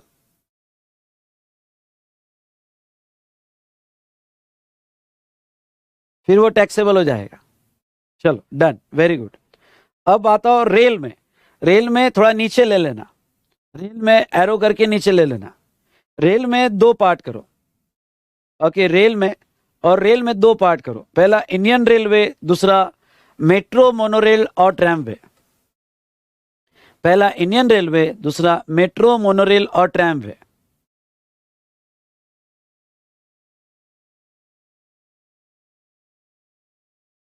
Metro, monorail और ट्रैमवे। अगर इंडियन रेलवे होगा तो क्या पढ़ा था, एसी क्लास और first class taxable. AC coach, AC class की जगह एसी कोच लिखो। एसी कोच, फिर वो आपकी पूरी ट्रेन एसी कोच होगी तो पूरी ट्रेन। एसी कोच और first class taxable. Others exam.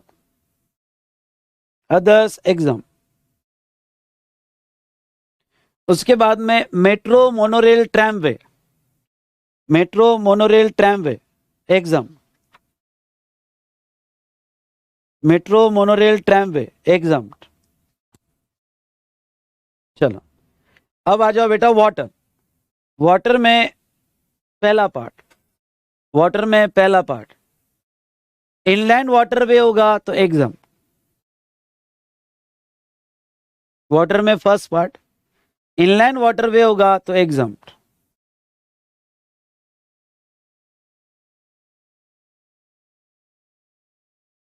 और दूसरा वेसल। वेसल में दो, पब्लिक एंड टूरिज्म। वेसल में दो, पब्लिक एंड टूरिज्म। पब्लिक होगा तो एग्जाम, टूरिज्म के लिए होगा तो टैक्सेबल।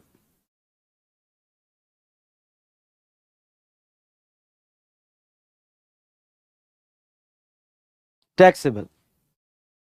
उसके बाद में लिखो बाय एयर।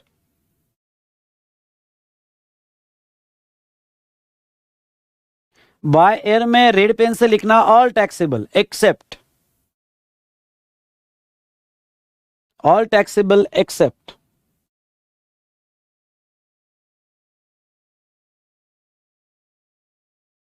उसमें transportation at airport of notified area. अब नोटिफाइड एरिया आपको लिखना है तो लिख देना, उसकी मेमोरी कोई टेक्निक बनाना बनेला, पर लर्न करने की जरूरत नहीं है, सिर्फ एक बार गो थ्रू कर लेना। उसमें इकोनॉमी क्लास होगा तो एग्जाम, अदर होगा तो टैक्सेबल। इकोनॉमिक क्लास होगा तो एग्जाम, अदर्स होगा तो टैक्सेबल। और नेक्स्ट रोप वे, तो रोप वे पूरा टैक्सेबल, रोप वे पूरा टैक्सेबल।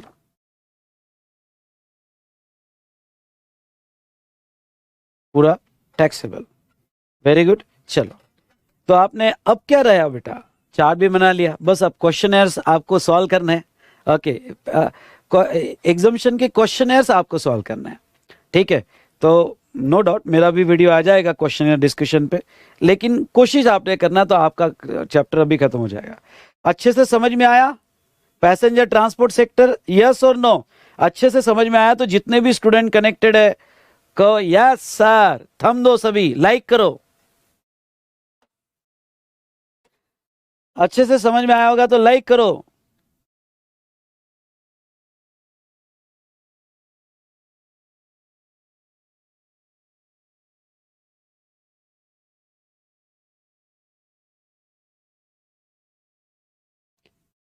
चलो,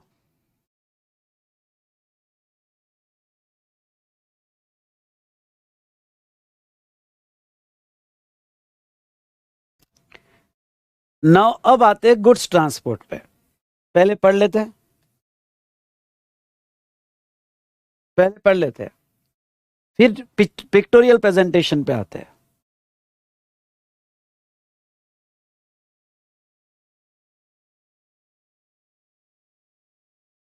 अब यहां पे transportation of goods, transportation of goods में अभी हमने क्या देखा था, ये transportation of goods by road निकाल दो, जस्ट अब हम देखेंगे ट्रांसपोर्टेशन ऑफ गुड्स।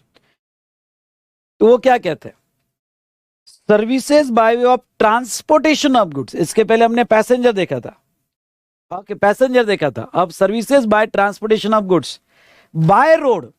इंडिया में बाय रोड जो भी ट्रांसपोर्टेशन होगा सारा एग्जाम, रोड से अगर माल ले जाया जाएगा रोड से तो exam, except GTA, GTA taxable है बेटा।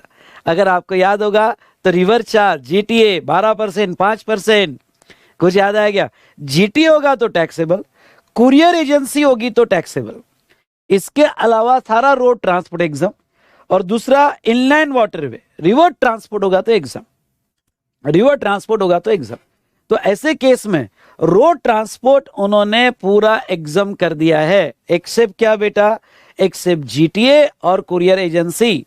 ओके, जीटीए और कुरियर एजेंसी टैक्सेबल रहेगा, और रिवर ट्रांसपोर्ट, इसके अलावा बाकी किसी को एग्जाम नहीं होगा।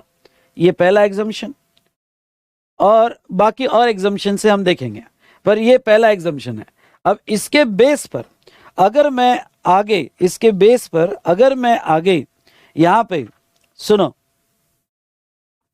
हाँ, इसके बेस पर अगर मैं आगे यहां पे ओके पिक्टोरियल प्रेजेंटेशन लूं, तो फिर छोटे छोटे और एग्जाम्शन है बाद में लेंगे, पर इसके बेस पर अगर मैं पिक्टोरियल एग्जाम्शन लूं तो देखो, रोड, रोड से अगर आपका सुनो, रोड से अगर आपका गुड्स ट्रांसपोर्ट हो रहा है बैलगाड़ी से, बुलक कार्ट से, बुलक कार्ट से होगा तो एग्जाम, रोड का सारा ट्रांसपोर्ट एग्जाम। ओके, हाथ गाड़ी से हो रहा है, ओके, तो ये जो हैंड कार्ट है, हैंड कार्ट है तो एग्जाम, हैंड कार्ट होगा तो एग्जाम। अच्छा, ओनली जीटीए समझ लो, गुड्स ट्रांसपोर्ट एजेंसी होगी तो ही टैक्सेबल, तो ही टैक्सेबल, या कुरियर होगा, कुरियर होगा तो ही टैक्सेबल, टैक्सेबल। फिर वो जीटीए में फॉरवर्ड रिवर्स चार्ज जो भी लगेगा लगेगा। लेकिन सर अगर ऑटो कैरेज होगा, और जीटीए नहीं है, ये मेरा ट्रक, मेरा ऑटो कैरेज है, इंडिविजुअल ऑटो कैरेज, मैं इसको okay auto carriage individual, GTA नहीं है, इंडिविजुअल ऑटो कैरेज है, या खुद का ट्रक है और वो एजेंसी नहीं है, तो वो भी एग्जम्प्ट रहेगा। मैंने रिवर चार्ज में लिखा के दिया है, अगर आपका खुद का ट्रक है और खुद का ऑटो कैरेज है और वो जीटीए नहीं है तो उसको एग्जम्पशन मिलता है। अगर आपको याद होगा तो मैंने लिखा के दिया आपको। तो by road exempt except GTA और एक्सेप्ट कुरियर। चलो, एक ही एग्जामिशन है। सर रेल में, मालगाड़ी, झुकझुक गाड़ी में हमने देखा। ओके, पैसेंजर ट्रांसपोर्ट में हमने देखा, क्या देखा? पैसेंजर ट्रांसपोर्ट में एसी और फर्स्ट क्लास टैक्सेबल है। सर अगर रेल ट्रांसपोर्ट गुड्स का होगा तो यहां कोई एग्जम्पशन नहीं है, ये पूरा टैक्सेबल है। यहां कोई एग्जम्पशन नहीं है, पूरा टैक्सेबल है। देखो दो ही एग्जम्पशन है। ओके, यानी ये पूरा टैक्सेबल होगा। तीसरा ओके, यहां पे ओके, तीसरा जो है सर, ये अगर शिप से होगा, ओके शिप से होगा वगैरह तो क्या टैक्सेबल है? तो यस बेटा, ओके शिप से होगा तो टैक्सेबल है। ओके, यहाँ पे विद इन इंडिया शिप से होगा या एयर से होगा तो ये भी टैक्सेबल है। ओके, और ये भी टैक्सेबल है, ये भी टैक्सेबल है। ठीक है, तो अगर बाय शिप ट्रांसपोर्ट होता है, एयर ट्रांसपोर्ट होता है, तो पूरा का पूरा गुड्स ट्रांसपोर्ट, मैंने पैसेंजर नहीं बोला, गुड्स ट्रांसपोर्ट तो पूरा टैक्सेबल है। ओके, उसके बाद में इनलैंड वाटरवे, मतलब रिवर से जा रहा है, मतलब सी से नहीं, सी से जा रहा होगा और वो सी से शिप कंटेनर होगा तो वो तो टैक्सेबल है।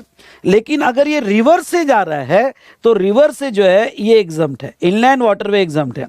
तो वो जो लास्ट वाले एग्जाम में रिवर नहीं दिख रही थी, मैंने वो साइड का व्यू लिया था, अब इस साइड का व्यू ले लिया, रिवर दिख गई बेटा। ओके, दिखी ना रिवर, वेरी गुड। ओके, तो रिवर से अगर गुड्स जा रहा होगा तो एग्जाम, और पाइपलाइन और कंड्यूट से अगर हमारे गुड्स जा रहे हैं, पाइपलाइन और कंड्यूट से, तो ये जो है ये टैक्सेबल हो गए। पाइपलाइन से जा रहे हैं, टैक्सेबल है।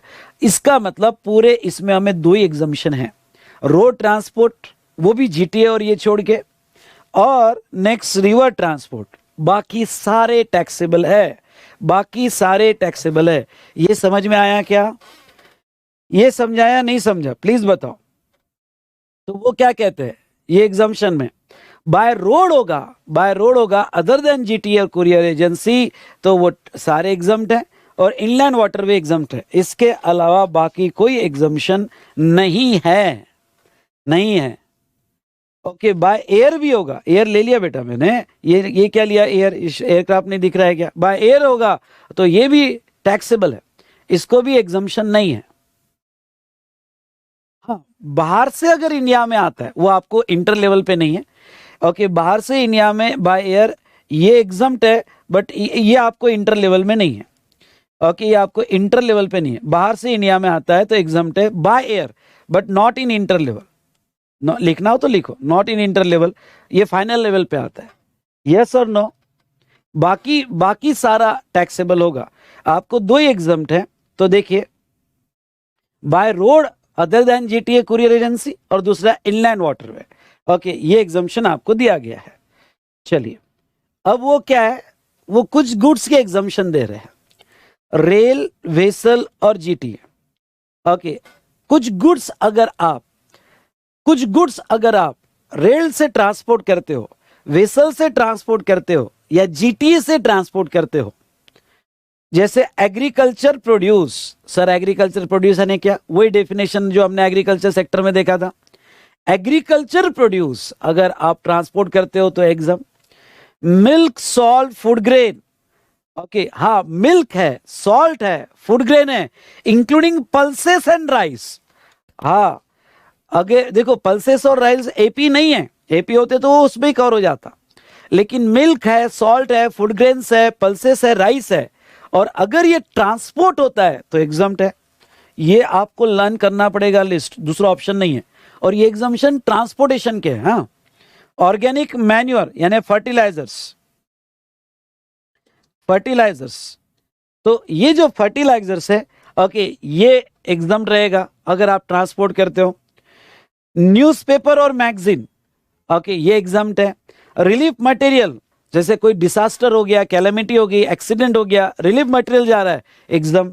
और डिफेंस और मिलिट्री इक्विपमेंट्स जा रहे होंगे तो exam.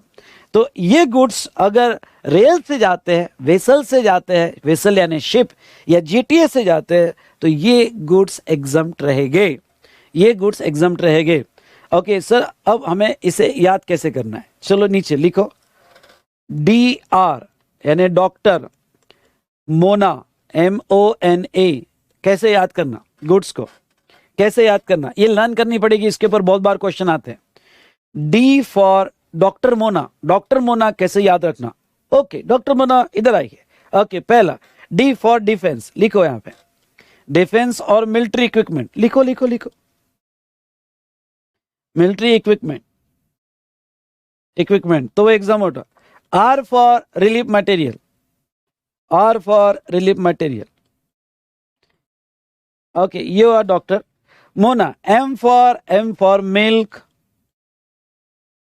Salt, pulses, food grain. Okay, milk, salt, pulses, food grain और flour. O for organic manure, organic manure exempt. N for newspaper, newspaper और मैगजीन।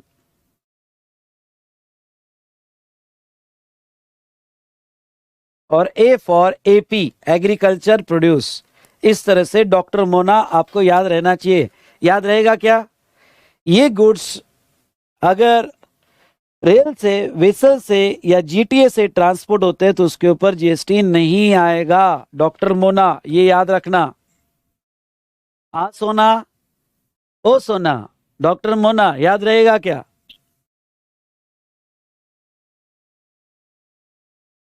शोना, शोना, सोना नहीं, ओ शोना। डन हो गया क्या आपका?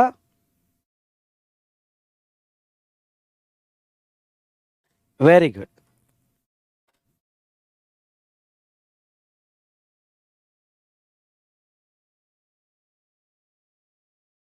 यस यस यस, याद रहेगा क्या? बाबू शोना।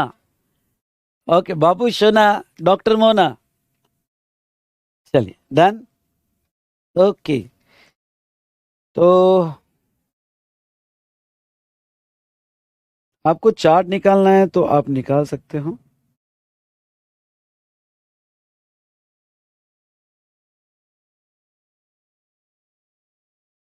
अच्छा, आप इसका स्क्रीनशॉट लो, ये मैं आपको होमवर्क देता हूँ। आप इसका स्क्रीनशॉट लो, ये मैं आपको होमवर्क देता हूँ। ठीक है, ये आप घर पे बनाओगे।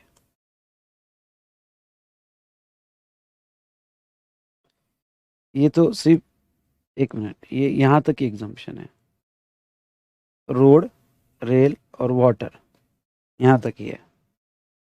चलो स्क्रीनशॉट ले लो, ये आपके लिए होमवर्क, ये आप बनाओगे।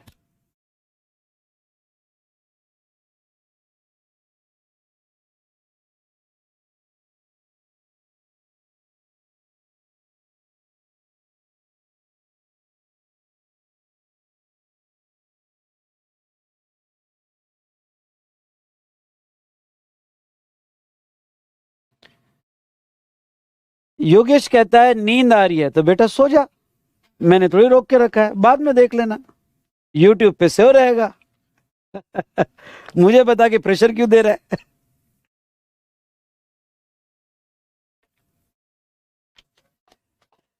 ठीक है, चलो, ये हमने ट्रांसपोर्ट देख लिया।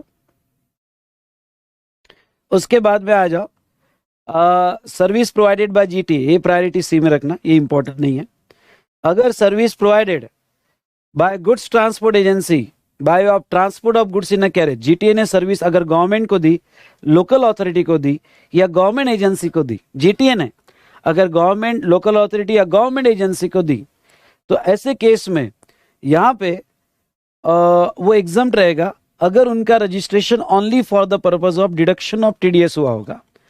अगर वो सिर्फ टीडीएस डिडक्शन के लिए रजिस्टर्ड हुए होंगे तो इनको अगर सर्विस दिया तो एग्जाम प्रायोरिटी सी पर पढ़ के जाना बॉस। ओके, लेकिन प्रायोरिटी सी, ठीक है।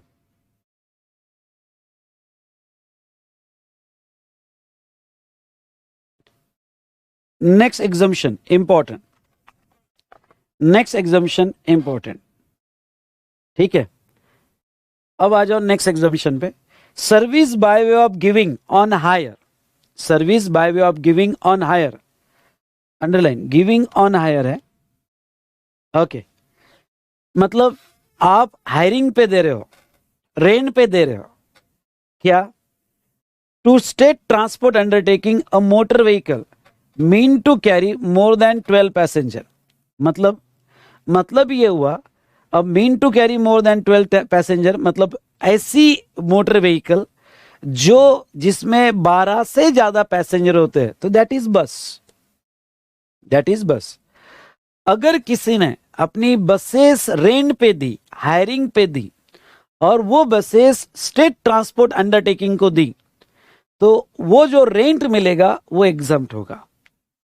जैसे बहुत सी बार दिवाली पीरियड में जो हमारी स्टेट ट्रांसपोर्ट अंडरटेकिंग होती है, जैसे महाराष्ट्र में महाराष्ट्र स्टेट ओके ट्रांसपोर्ट, जिसको हम कहते हैं यहाँ पे ST महामंडल, ST transport, ST महामंडल।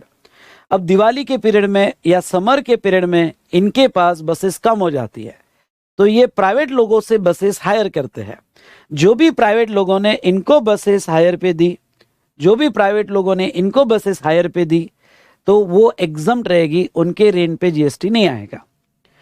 Now to local authority electric operated vehicle mean to carry more than 12 passenger, यानी बस अगर किसी प्राइवेट कंपनी ने और कॉन्ट्रैक्टर ने जो म्युनिसिपल कॉरपोरेशन की बसेस होती, जैसे पुणे में पीएमटी की बसेस, पुणे म्युनिसिपल ट्रांसपोर्ट की बसेस, और अगर वो ईवी बसेस होगी, तो जैसे अभी क्या हुआ पुणे में जितनी भी ईवी बसेस चलती है, ईवी मतलब इलेक्ट्रिकली ऑपरेटेड व्हीकल, वो ईवी बसेस होगी, और वो ईवी बसेस जो है यहाँ पे रेंट पे दी जा रही है और लोकल अथॉरिटी को दी जा रही है। एक बड़ी कंपनी जिन्होंने 70 buses EV buses local authority को दिए रेंट पे, तो वो जो लोकल अथॉरिटी को ईवी बसेस दिया वो एग्जाम। नाउ नेक्स्ट ये आएगा एग्जाम है, to goods transport agency for means of transport. अगर किसी ने अपने ट्रक, या हिंदी में लिख दो, या हिंदी में लिख दो यानी याद आएगा, लिखो साइड में हिंदी में। अगर किसी ने अपने ट्रक रेंट पे दिए जीटीए को, किसको रेंट पे दिए? जीटीए को। लिखो, किसी ने अगर अपने ट्रक रेंट पे दिए जीटीए को, रेंट पे दिए जीटीए को, तो उस रेंट पे जीएसटी नहीं आएगा, उस रेंट पे जीएसटी नहीं आएगा, रेंट हो या हायरिंग हो, वॉट एवर इट में भी, उस रेंट पे जीएसटी नहीं आएगा।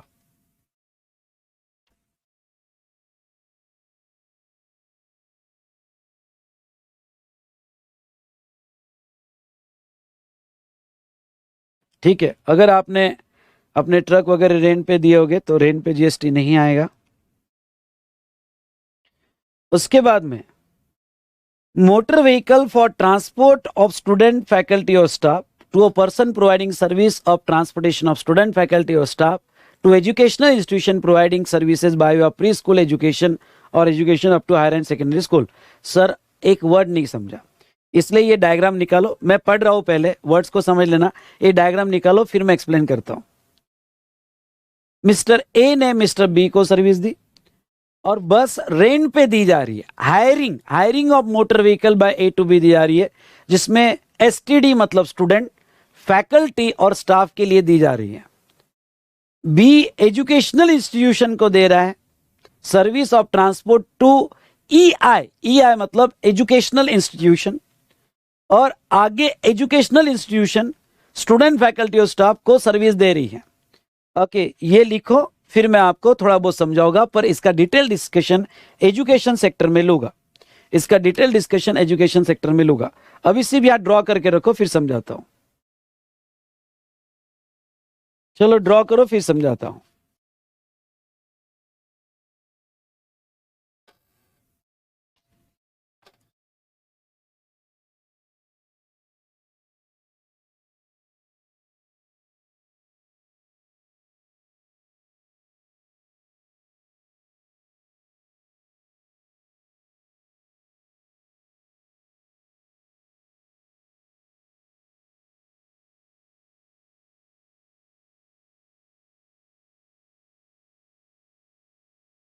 चलो ड्रॉ करो फिर समझाता हूं।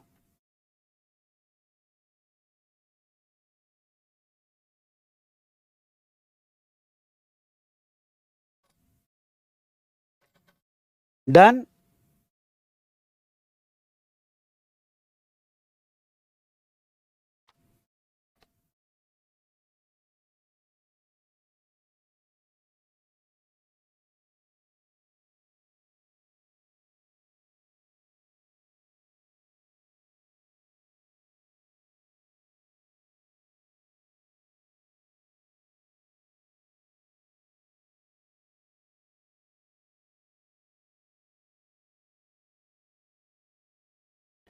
डन बेटा।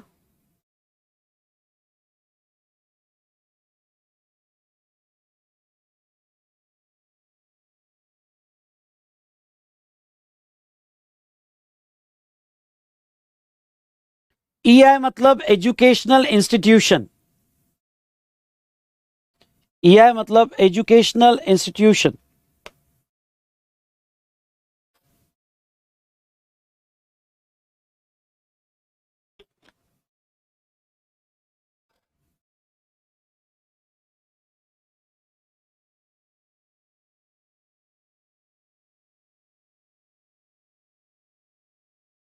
चलो आगे एक एजुकेशन सेक्टर का एग्जाम्शन आएगा। उसमें ऐसा है कि इंडिया की स्कूल कॉलेजेस अपने स्टूडेंट को अगर ट्रांसपोर्टेशन सर्विस देती है तो एग्जाम, वो एग्जाम्शन आगे सीरियल नंबर 66 में आएगा। यानी school colleges transportation service student faculty या स्टाफ को देती है तो एग्जाम। अच्छा, ये स्कूल कॉलेजेस अगर किसी और का सर्विस ले ट्रांसपोर्टेशन के लिए तो उसको भी एग्जाम्शन सीरियल नंबर 66 में मिलेगा। तो फिर सर यहां कौन सा एग्जाम्शन है? ये जो सी वाला एग्जाम्शन ये है, ऐसा एरो बता सकते हो। सी वाला एग्जाम्शन ये है, मतलब क्या? मतलब ये जो बंदा जो आगे स्कूल को सर्विस देगा, ये जो बंदा जो आगे स्कूल को सर्विस देगा, अगर उसको किसी ने बसेस रेंट पे दी, उसको किसी ने बसेस रेंट पे दिया, मोटर व्हीकल रेंट पे दिया, तो वो केस में उस हायरिंग पे, उस रेंट पे एग्जाम मिलेगा और वो यहां मिलेगा। देखो अब पढ़ो तो आप समझेगा। Motor vehicle for transportation of student faculty और staff to a person providing service of transportation of student faculty और स्टाफ टू एजुकेशनल इंस्टीट्यूशन। यानी इस बंदे ने ऐसे पर्सन को रेंट पे दिया जो एजुकेशनल इंस्टीट्यूशन को सर्विस दे रहा है, तो ये जो रेंट पे दे रहा है और हायर पे दे रहा है, यहां वो एग्जाम्शन दिया गया है। यानी सिंपल वर्ड में यहां एग्जाम्शन, ये इसको देगा एग्जाम्शन एंट्री नंबर 66 में, और ये आगे सर्विस देगी एग्जाम्शन एंट्री नंबर 66 में। ओके, तो थोड़ा बहुत आपको समझ में आया होगा और हम यहां पे एजुकेशन सर्विस में आगे इसको पढ़ेंगे। चलिए एक क्लैरिफिकेशन यहां पे दिया है और ये क्लैरिफिकेशन देखो। Situation in which corporate recipient are liable to pay GST on renting of motor vehicle designed to carry passenger। एक अगर रिवर्स चार्ज आपको याद होगा, याद नहीं होगा तो मैं दिला देता हूं याद, याद नहीं होगा तो डरते क्यों, मैं दिलाता हूं ना याद आपको। अगर आपको एक रिवर्स चार्ज याद होगा तो रिवर्स चार्ज था renting of motor vehicle design to carry passenger.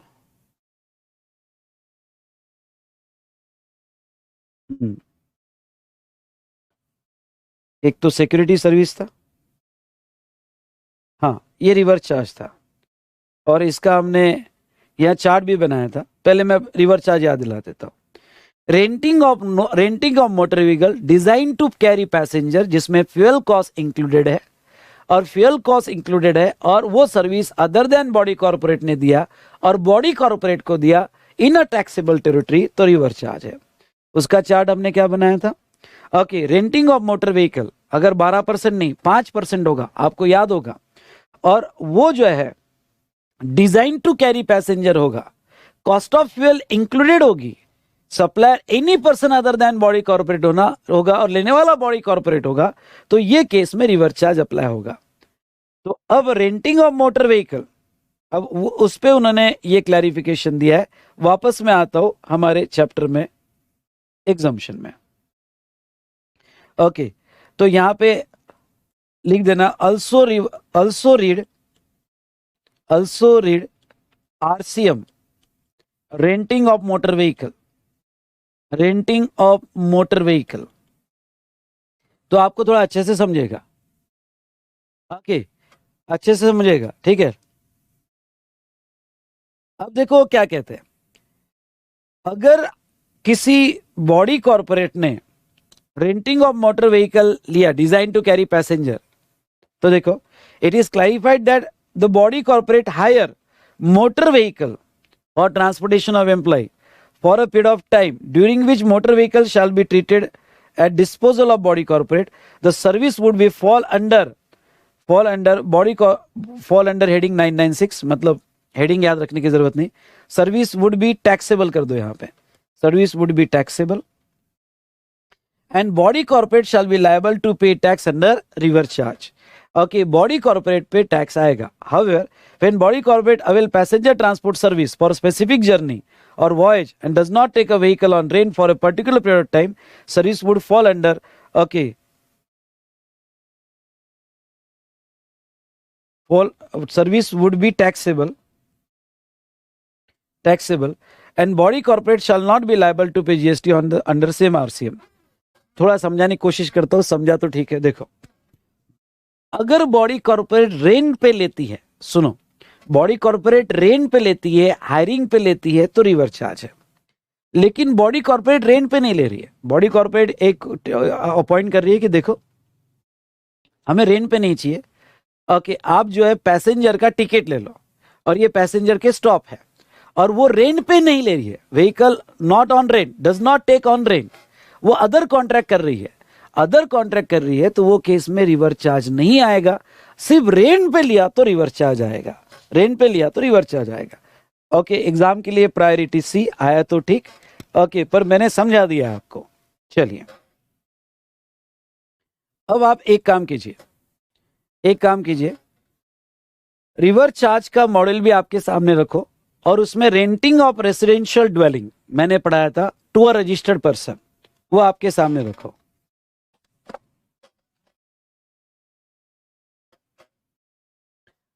चलो, अब नेक्स्ट आ जाते हैं, रेंटिंग ऑफ रेसिडेंशियल ड्वेलिंग, और इसमें एग्जाम्पशन साथ साथ में मैं रिवर्स चार्ज भी रिवाइज कर देता हूं। इस बार 100% 300% चांसेस है कि इसके ऊपर क्वेश्चन आएगा, इसलिए फिर से एक बार, ओके, अब लास्ट में फिर से एक बार इसको समझ लो, अच्छे से समझ लो। मैं रिवर्स चार्ज वाला भी चार्ट आपसे रिवाइज करूंगा, ओके, मैं रिवर्स चार्ज वाला भी चार्ट आपको रिवाइज करके दूंगा, ठीक है। ध्यान से सुनिएगा, ये एग्जाम्पशन सारे लोग, वो क्या कहते हैं, service by way of renting of residential dwelling, services by way of renting of residential dwelling for use as a residence except where residential dwelling is rented to a registered person. एक एक word को समझ लो। Service जो है bye way of renting होनी चाहिए, कुछ लिखो मत, समझो सिर्फ, रेंटिंग ऑफ रेसिडेंशियल ड्वेलिंग होनी चाहिए, रेसिडेंशियल ड्वेलिंग होनी चाहिए, फॉर यूज ऑफ रेसिडेंस होना चाहिए, फॉर यूज ऑफ रेसिडेंस होना चाहिए, और except way residential dwelling is rented to registered person. और अगर ये यहां पे रजिस्टर्ड पर्सन को होगा, रजिस्टर्ड पर्सन को होगा, और अदर देन रजिस्टर्ड पर्सन को होगा, other than RP, registered person को होगा, then it is taxable, then it is taxable. Exam कब, जब अदर देन आरपी होगा तो then it is exam, then it is exam.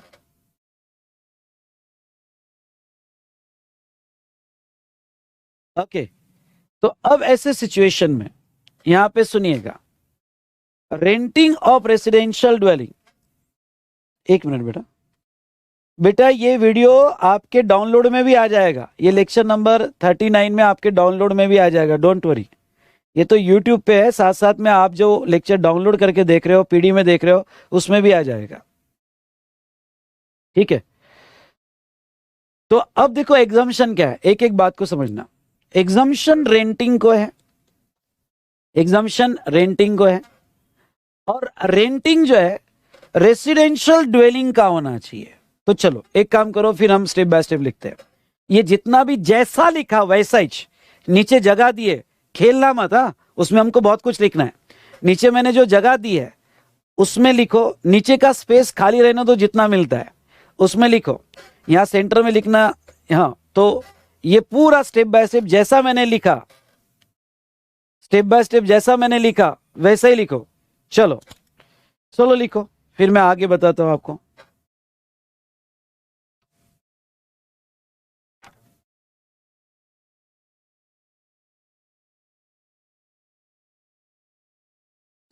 लिखो, जैसा मैंने लिखा वैसे ही लिखना है आपको।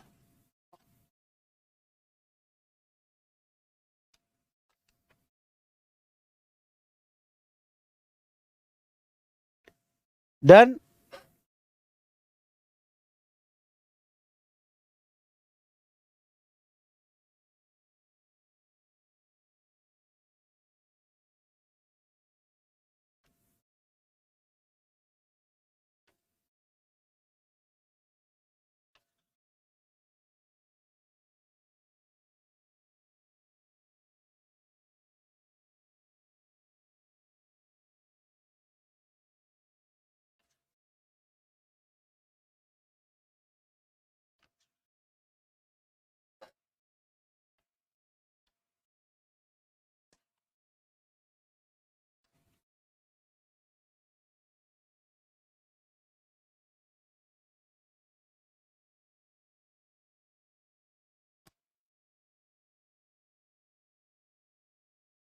ठीक है, अब रेसिडेंशियल ड्वेलिंग मतलब accommodation, accommodation use for residence for long term use, long term use मतलब, हाँ लिखो, एग्जाम्पल फ्लैट, हाउस, बंगलो या विला, जो आप कोठी भी बोलते हो, कोठी, बंगलो, विला, ठीक है। मतलब आप रेंट पे शॉप नहीं दे रहे हो। अगर आप रेंट पे शॉप दे रहे हो तो वो तो टैक्सेबल है फॉरवर्ड चार्ज में। रेंट पे ऑफिस दे रहे हो तो वो तो टैक्सेबल है। रेसिडेंशियल मतलब जहां आप रह सकते हो, शॉप में रहने के लायक जगह नहीं रहे तो फिर तो कहीं पे रोड पे भी रह सकते हो, नहीं, ऐसा ड्वेलिंग जो रेसिडेंस के लिए बनाया गया वो रेंट पे दे रहे हो।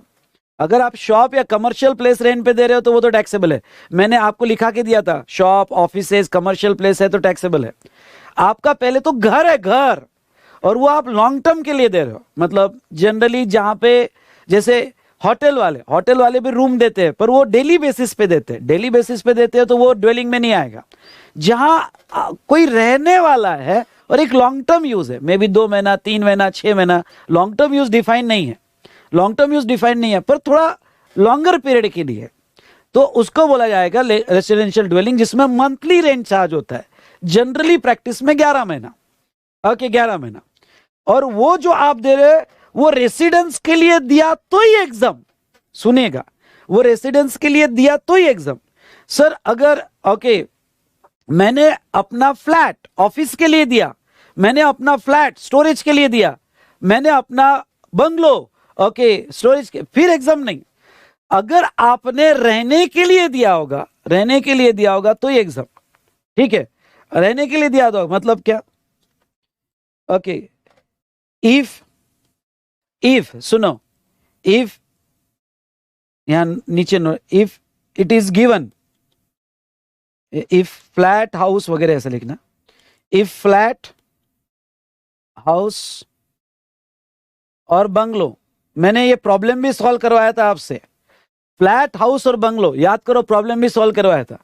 फ्लैट हाउस और bungalow is given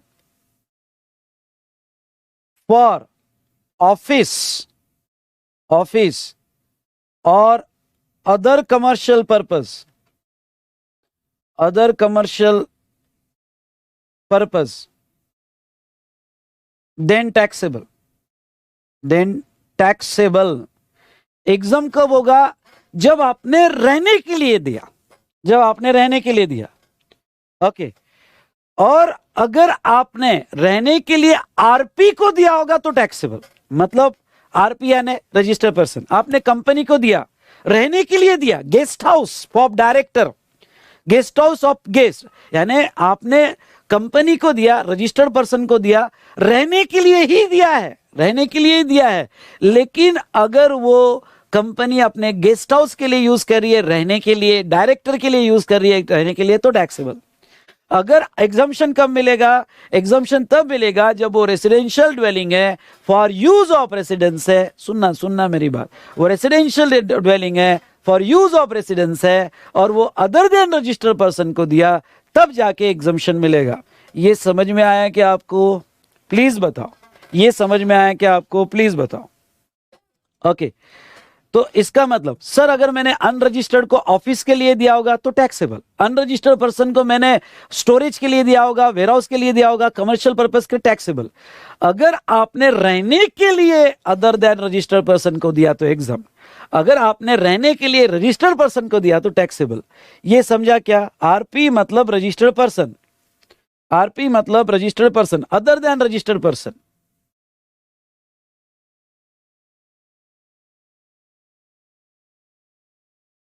okay, registered person जो है, रजिस्टर्ड मतलब जीएसटी में रजिस्टर्ड पर्सन, अगर वो बिजनेस पर्पस के लिए ले रहा है, बिजनेस में क्या पर्पस है उसका, वो रहने के लिए लेगा, लेकिन गेस्ट हाउस के लिए लेगा, और गेस्ट हाउस है गेस्ट के लिए, डायरेक्टर के लिए लेगा, एम्प्लॉय के लिए लेगा, तो और वो बिजनेस खर्चा बता रहा है, बिजनेस खर्चा बता रहा है, तो एग्जम्पशन नहीं मिलेगा, एग्जम्पशन नहीं मिलेगा। चलिए अब आपके लिए होमवर्क, होमवर्क, और होमवर्क क्या है?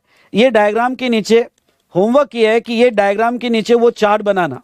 Okay, draw again, draw again chart given in RCM, chart given in RCM, फिर से बनाओ। ऑल्सो रीड द प्रॉब्लम, एक प्रॉब्लम सॉल्व करवाया था, मैंने सॉल्व भी करवाया था, और क्वेश्चन में आखिरी में आरसीएम में। ऑल्सो रीड क्वेश्चन, तो आपको और अच्छे से समझ में आएगा। ऑल्सो रीड क्वेश्चन, वो क्वेश्चन भी पढ़ो तो आपको अच्छे से समझ में आएगा। Also read question from questioner. हाँ, और नो डाउट वो चार्ट में हमने लिखा है, अगर आरपी रजिस्टर्ड पर्सन अपने पर बिजनेस में खर्चा नहीं बता रहा है, अपने पर्सनल के लिए ले रहा है, तो फिर वो यहाँ पे उसको एग्जम्पशन मिलेगा। रेसिडेंस के लिए ले रहा है और अपने पर्सनल पर्पस के लिए ले रहा है, वो बिजनेस खर्चा नहीं बता रहा है, तो एग्जम्प्ट है। लेकिन अगर वो बिजनेस खर्चा बता रहा है जिसमें गेस्ट रहेंगे, डायरेक्टर रहेंगे, और वो बिजनेस में डेबिट कर रहा है प्रॉफिट एंड लॉस अकाउंट को उसका रेंट, तो फिर वो एग्जम्पशन नहीं रहेगा रिवर चार्ज में, टैक्सेबल अंडर रिवर चार्ज। आप लिखो टैक्सेबल अंडर आरसीएम। अब इससे ज्यादा डिस्कशन नहीं करूंगा, आप पढ़ो तो चार्ट एक बार, मैंने क्वेश्चन सॉल्व करवाया आपसे, पढ़ो तो वो एक बार, आपको समझ जाएगा। ओके, पढ़ो आप एक बार, आपको समझ जाएगा मेरा कहना क्या है। डन?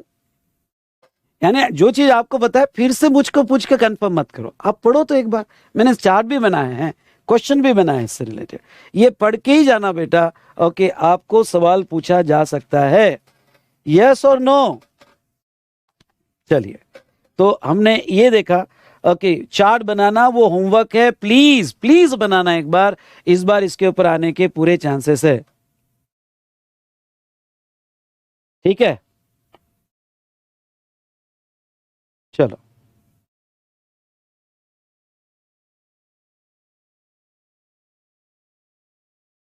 नेक्स्ट एग्जाम्पशन देखो, क्लासिकल और फोक आर्टिस्ट। ओके, क्लासिकल और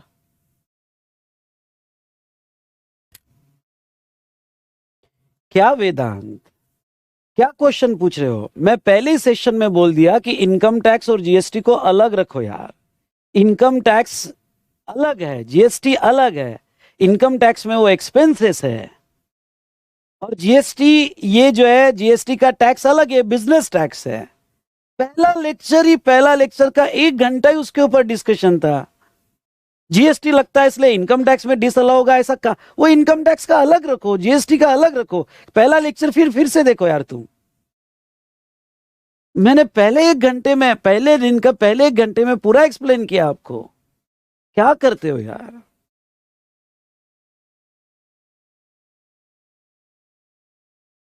इतना जी तोड़ के पढ़ाने के बाद भी वही क्वेश्चन पूछते हो, ऐसा मत करो यार वेदांत। पहला लेक्चर देखो, यूट्यूब पे होगा।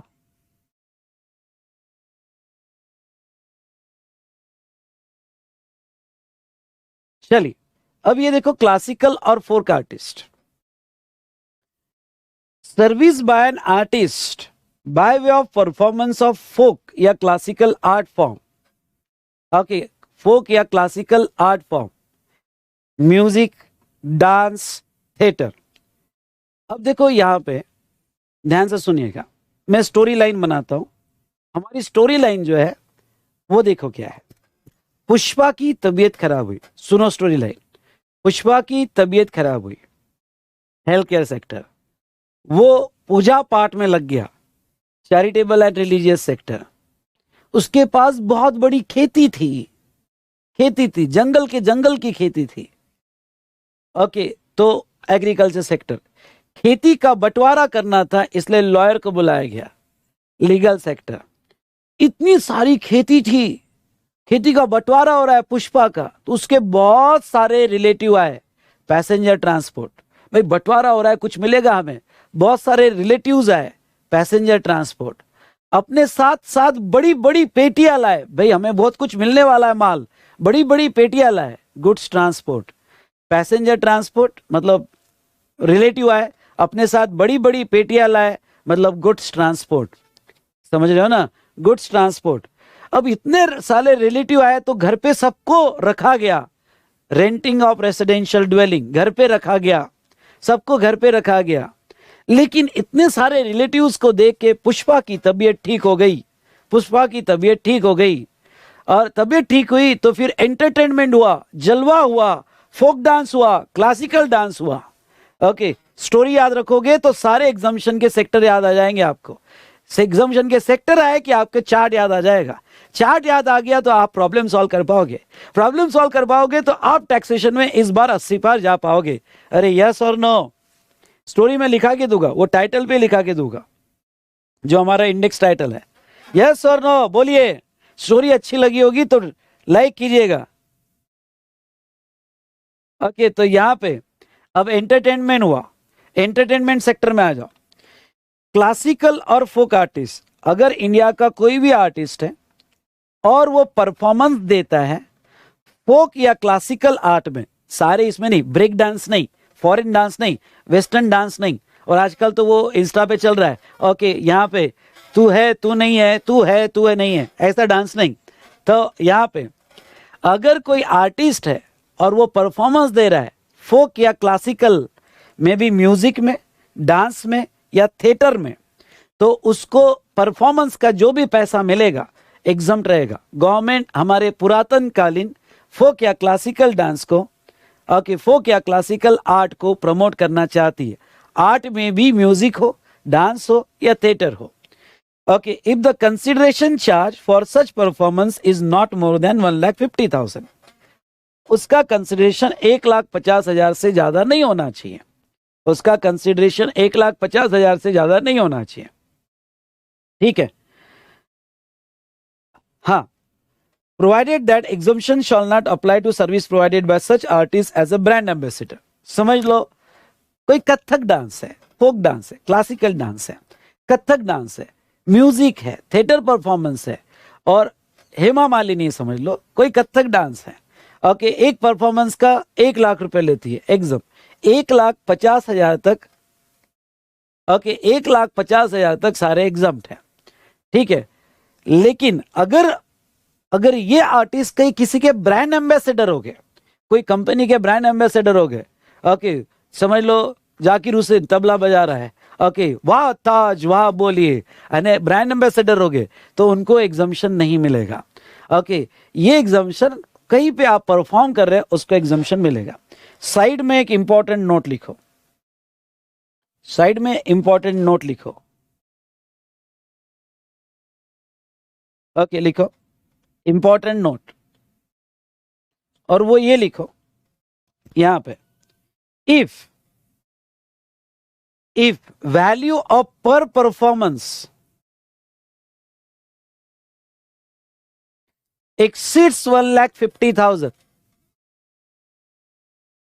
value of per performance exceeds 1,50,000, exceeds 1,50,000, then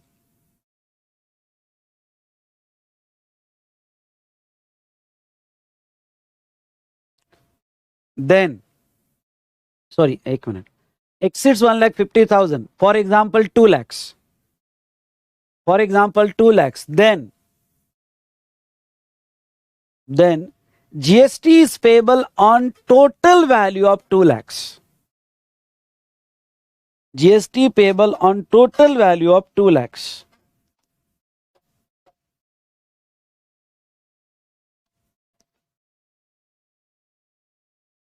total value of 2 lakhs. Sir ये बताओ, जो हमारा हरभरा सॉन्ग है वो क्लासिकल या फोक में आता है क्या? नहीं. वो क्लासिकल और फोक में नहीं आता है हमारा हरभरा सॉन्ग. तो ये जो 1,50,000 है, ये 1,50,000 क्राइटेरिया है. अगर इसके ऊपर 1 रुपया भी आपने पर परफॉर्मेंस डाला तो उसके ऊपर जीएसटी आ जाएगा. और अगर आपने brand as a brand ambassador service दी तो उसके ऊपर भी जीएसटी आ जाएगा. ठीक है, चलिए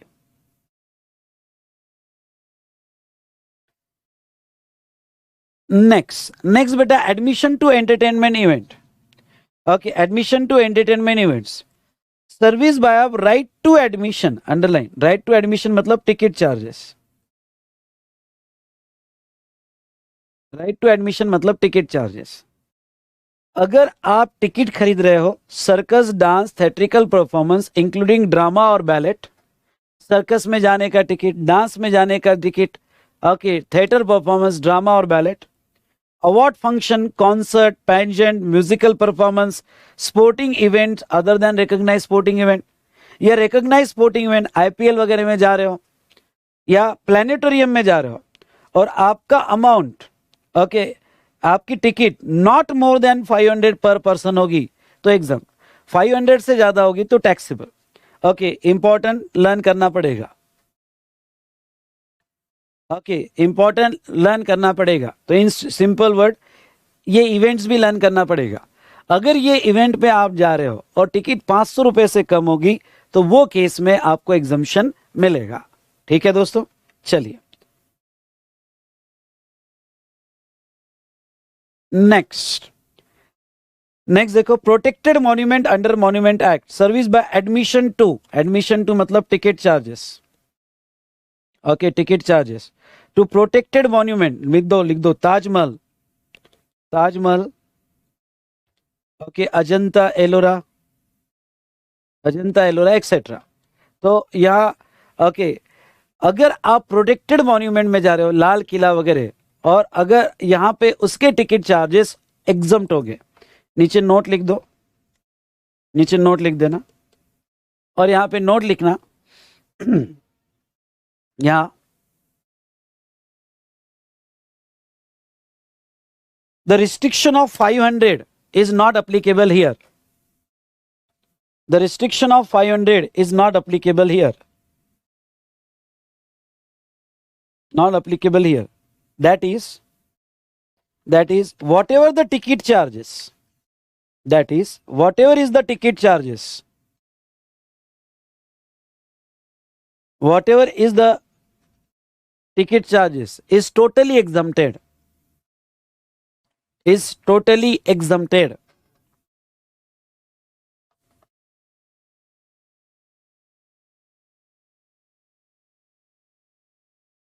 उसके बाद में एडमिशन टू म्यूजियम और national park, admission to museum, national park, wildlife sanctuary, tiger reserve, zoo exempt है.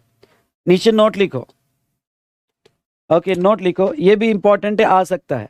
नीचे नोट लिखो, admission to any ticket charges, restriction of ₹500 is not applicable here. Restriction of ₹500 is not applicable here.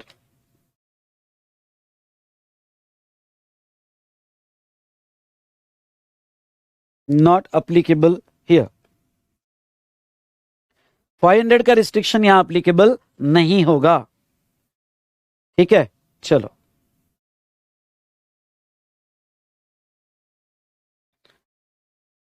उसके बाद में ये भी important for your exam. मैं जो इंपॉर्टेंट कर रहा हूं दुनिया इधर की उधर हो जाए, पढ़ के जाना।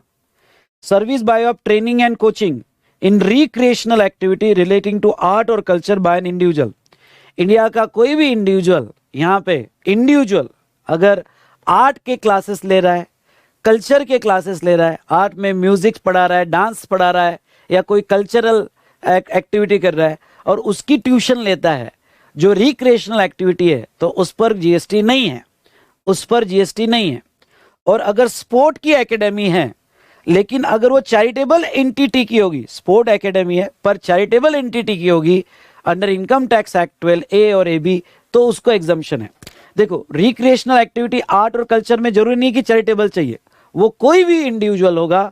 जैसे ओके समझ लो आपके घर में ओके मम्मी म्यूजिक क्लास ले रही है या सिस्टर म्यूजिक क्लास ले रहा है, डांस क्लासेस ले रही है, तो वो जो भी पैसा कमाएंगे उसके ऊपर टैक्स नहीं आएगा, रिक्रिएशनल एक्टिविटी।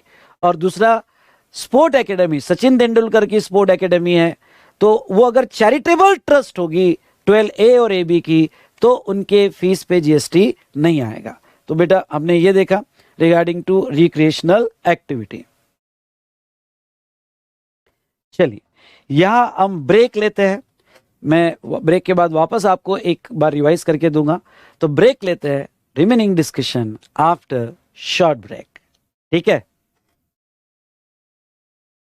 बेटा। अब रिमेनिंग डिस्कशन कल होगा, कल अगेन सेम टाइम रहेगा। मोस्टली कल एग्जामिशन खत्म हो जाएगा, अगर कुछ बचा तो फिर 1-1.25 घंटे का लेक्चर कब लेना मैं वैसे आपको बता दूंगा, क्योंकि मैं एग्जामिशन एक साथ आपको पढ़ा दूं तो बहुत बोर हो जाएंगे। मैं कोशिश कर रहा हूं ये सबसे बोरिंग टॉपिक को चार्ट्स में, पिक्चर्स में, ओके एग्जाम्पल देके इंटरेस्टिंग करूं, इंटरेस्टिंग करूं, ठीक है। तो कल वापस हम 8:30 को मिलेंगे। और जो बैच B2 कर रहे हैं मतलब जिसका अभी प्रेस्टीज पॉइंट में मॉर्निंग बैच चालू है, कल मॉर्निंग का बैच तो वैसे ही होगा, इवनिंग का सेशन हमारा 8:30 को कंटिन्यू होगा, ठीक है। So good night to all of you.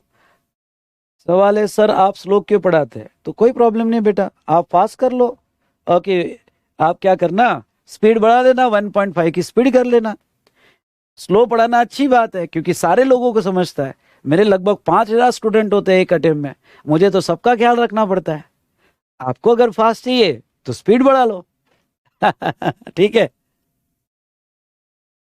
सच में स्लो हो रहा है क्या, जो भी कनेक्टेड है बताओ, स्लो हो रहा है कि हमारी नॉर्मल स्पीड में चल रहा है? पूरा जीएसटी आपका कैसा हुआ, नॉर्मल स्पीड में चला ना?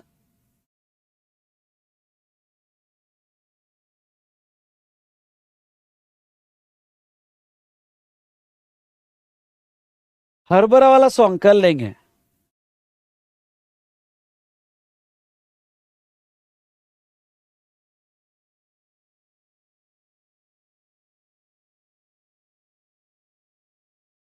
नहीं नहीं, मैं तो नॉर्मल स्पीड में पढ़ाता हूँ इसलिए क्योंकि मेरे इतने सारे स्टूडेंट हैं, सबकी स्पीड मुझे पता है कि सबको कैसे मैच करना पड़ता है। हाँ, कुछ लोगों को लगता है तो भी उनके लिए बेस्ट है ना, स्पीड बढ़ाओ, आगे बढ़ाओ।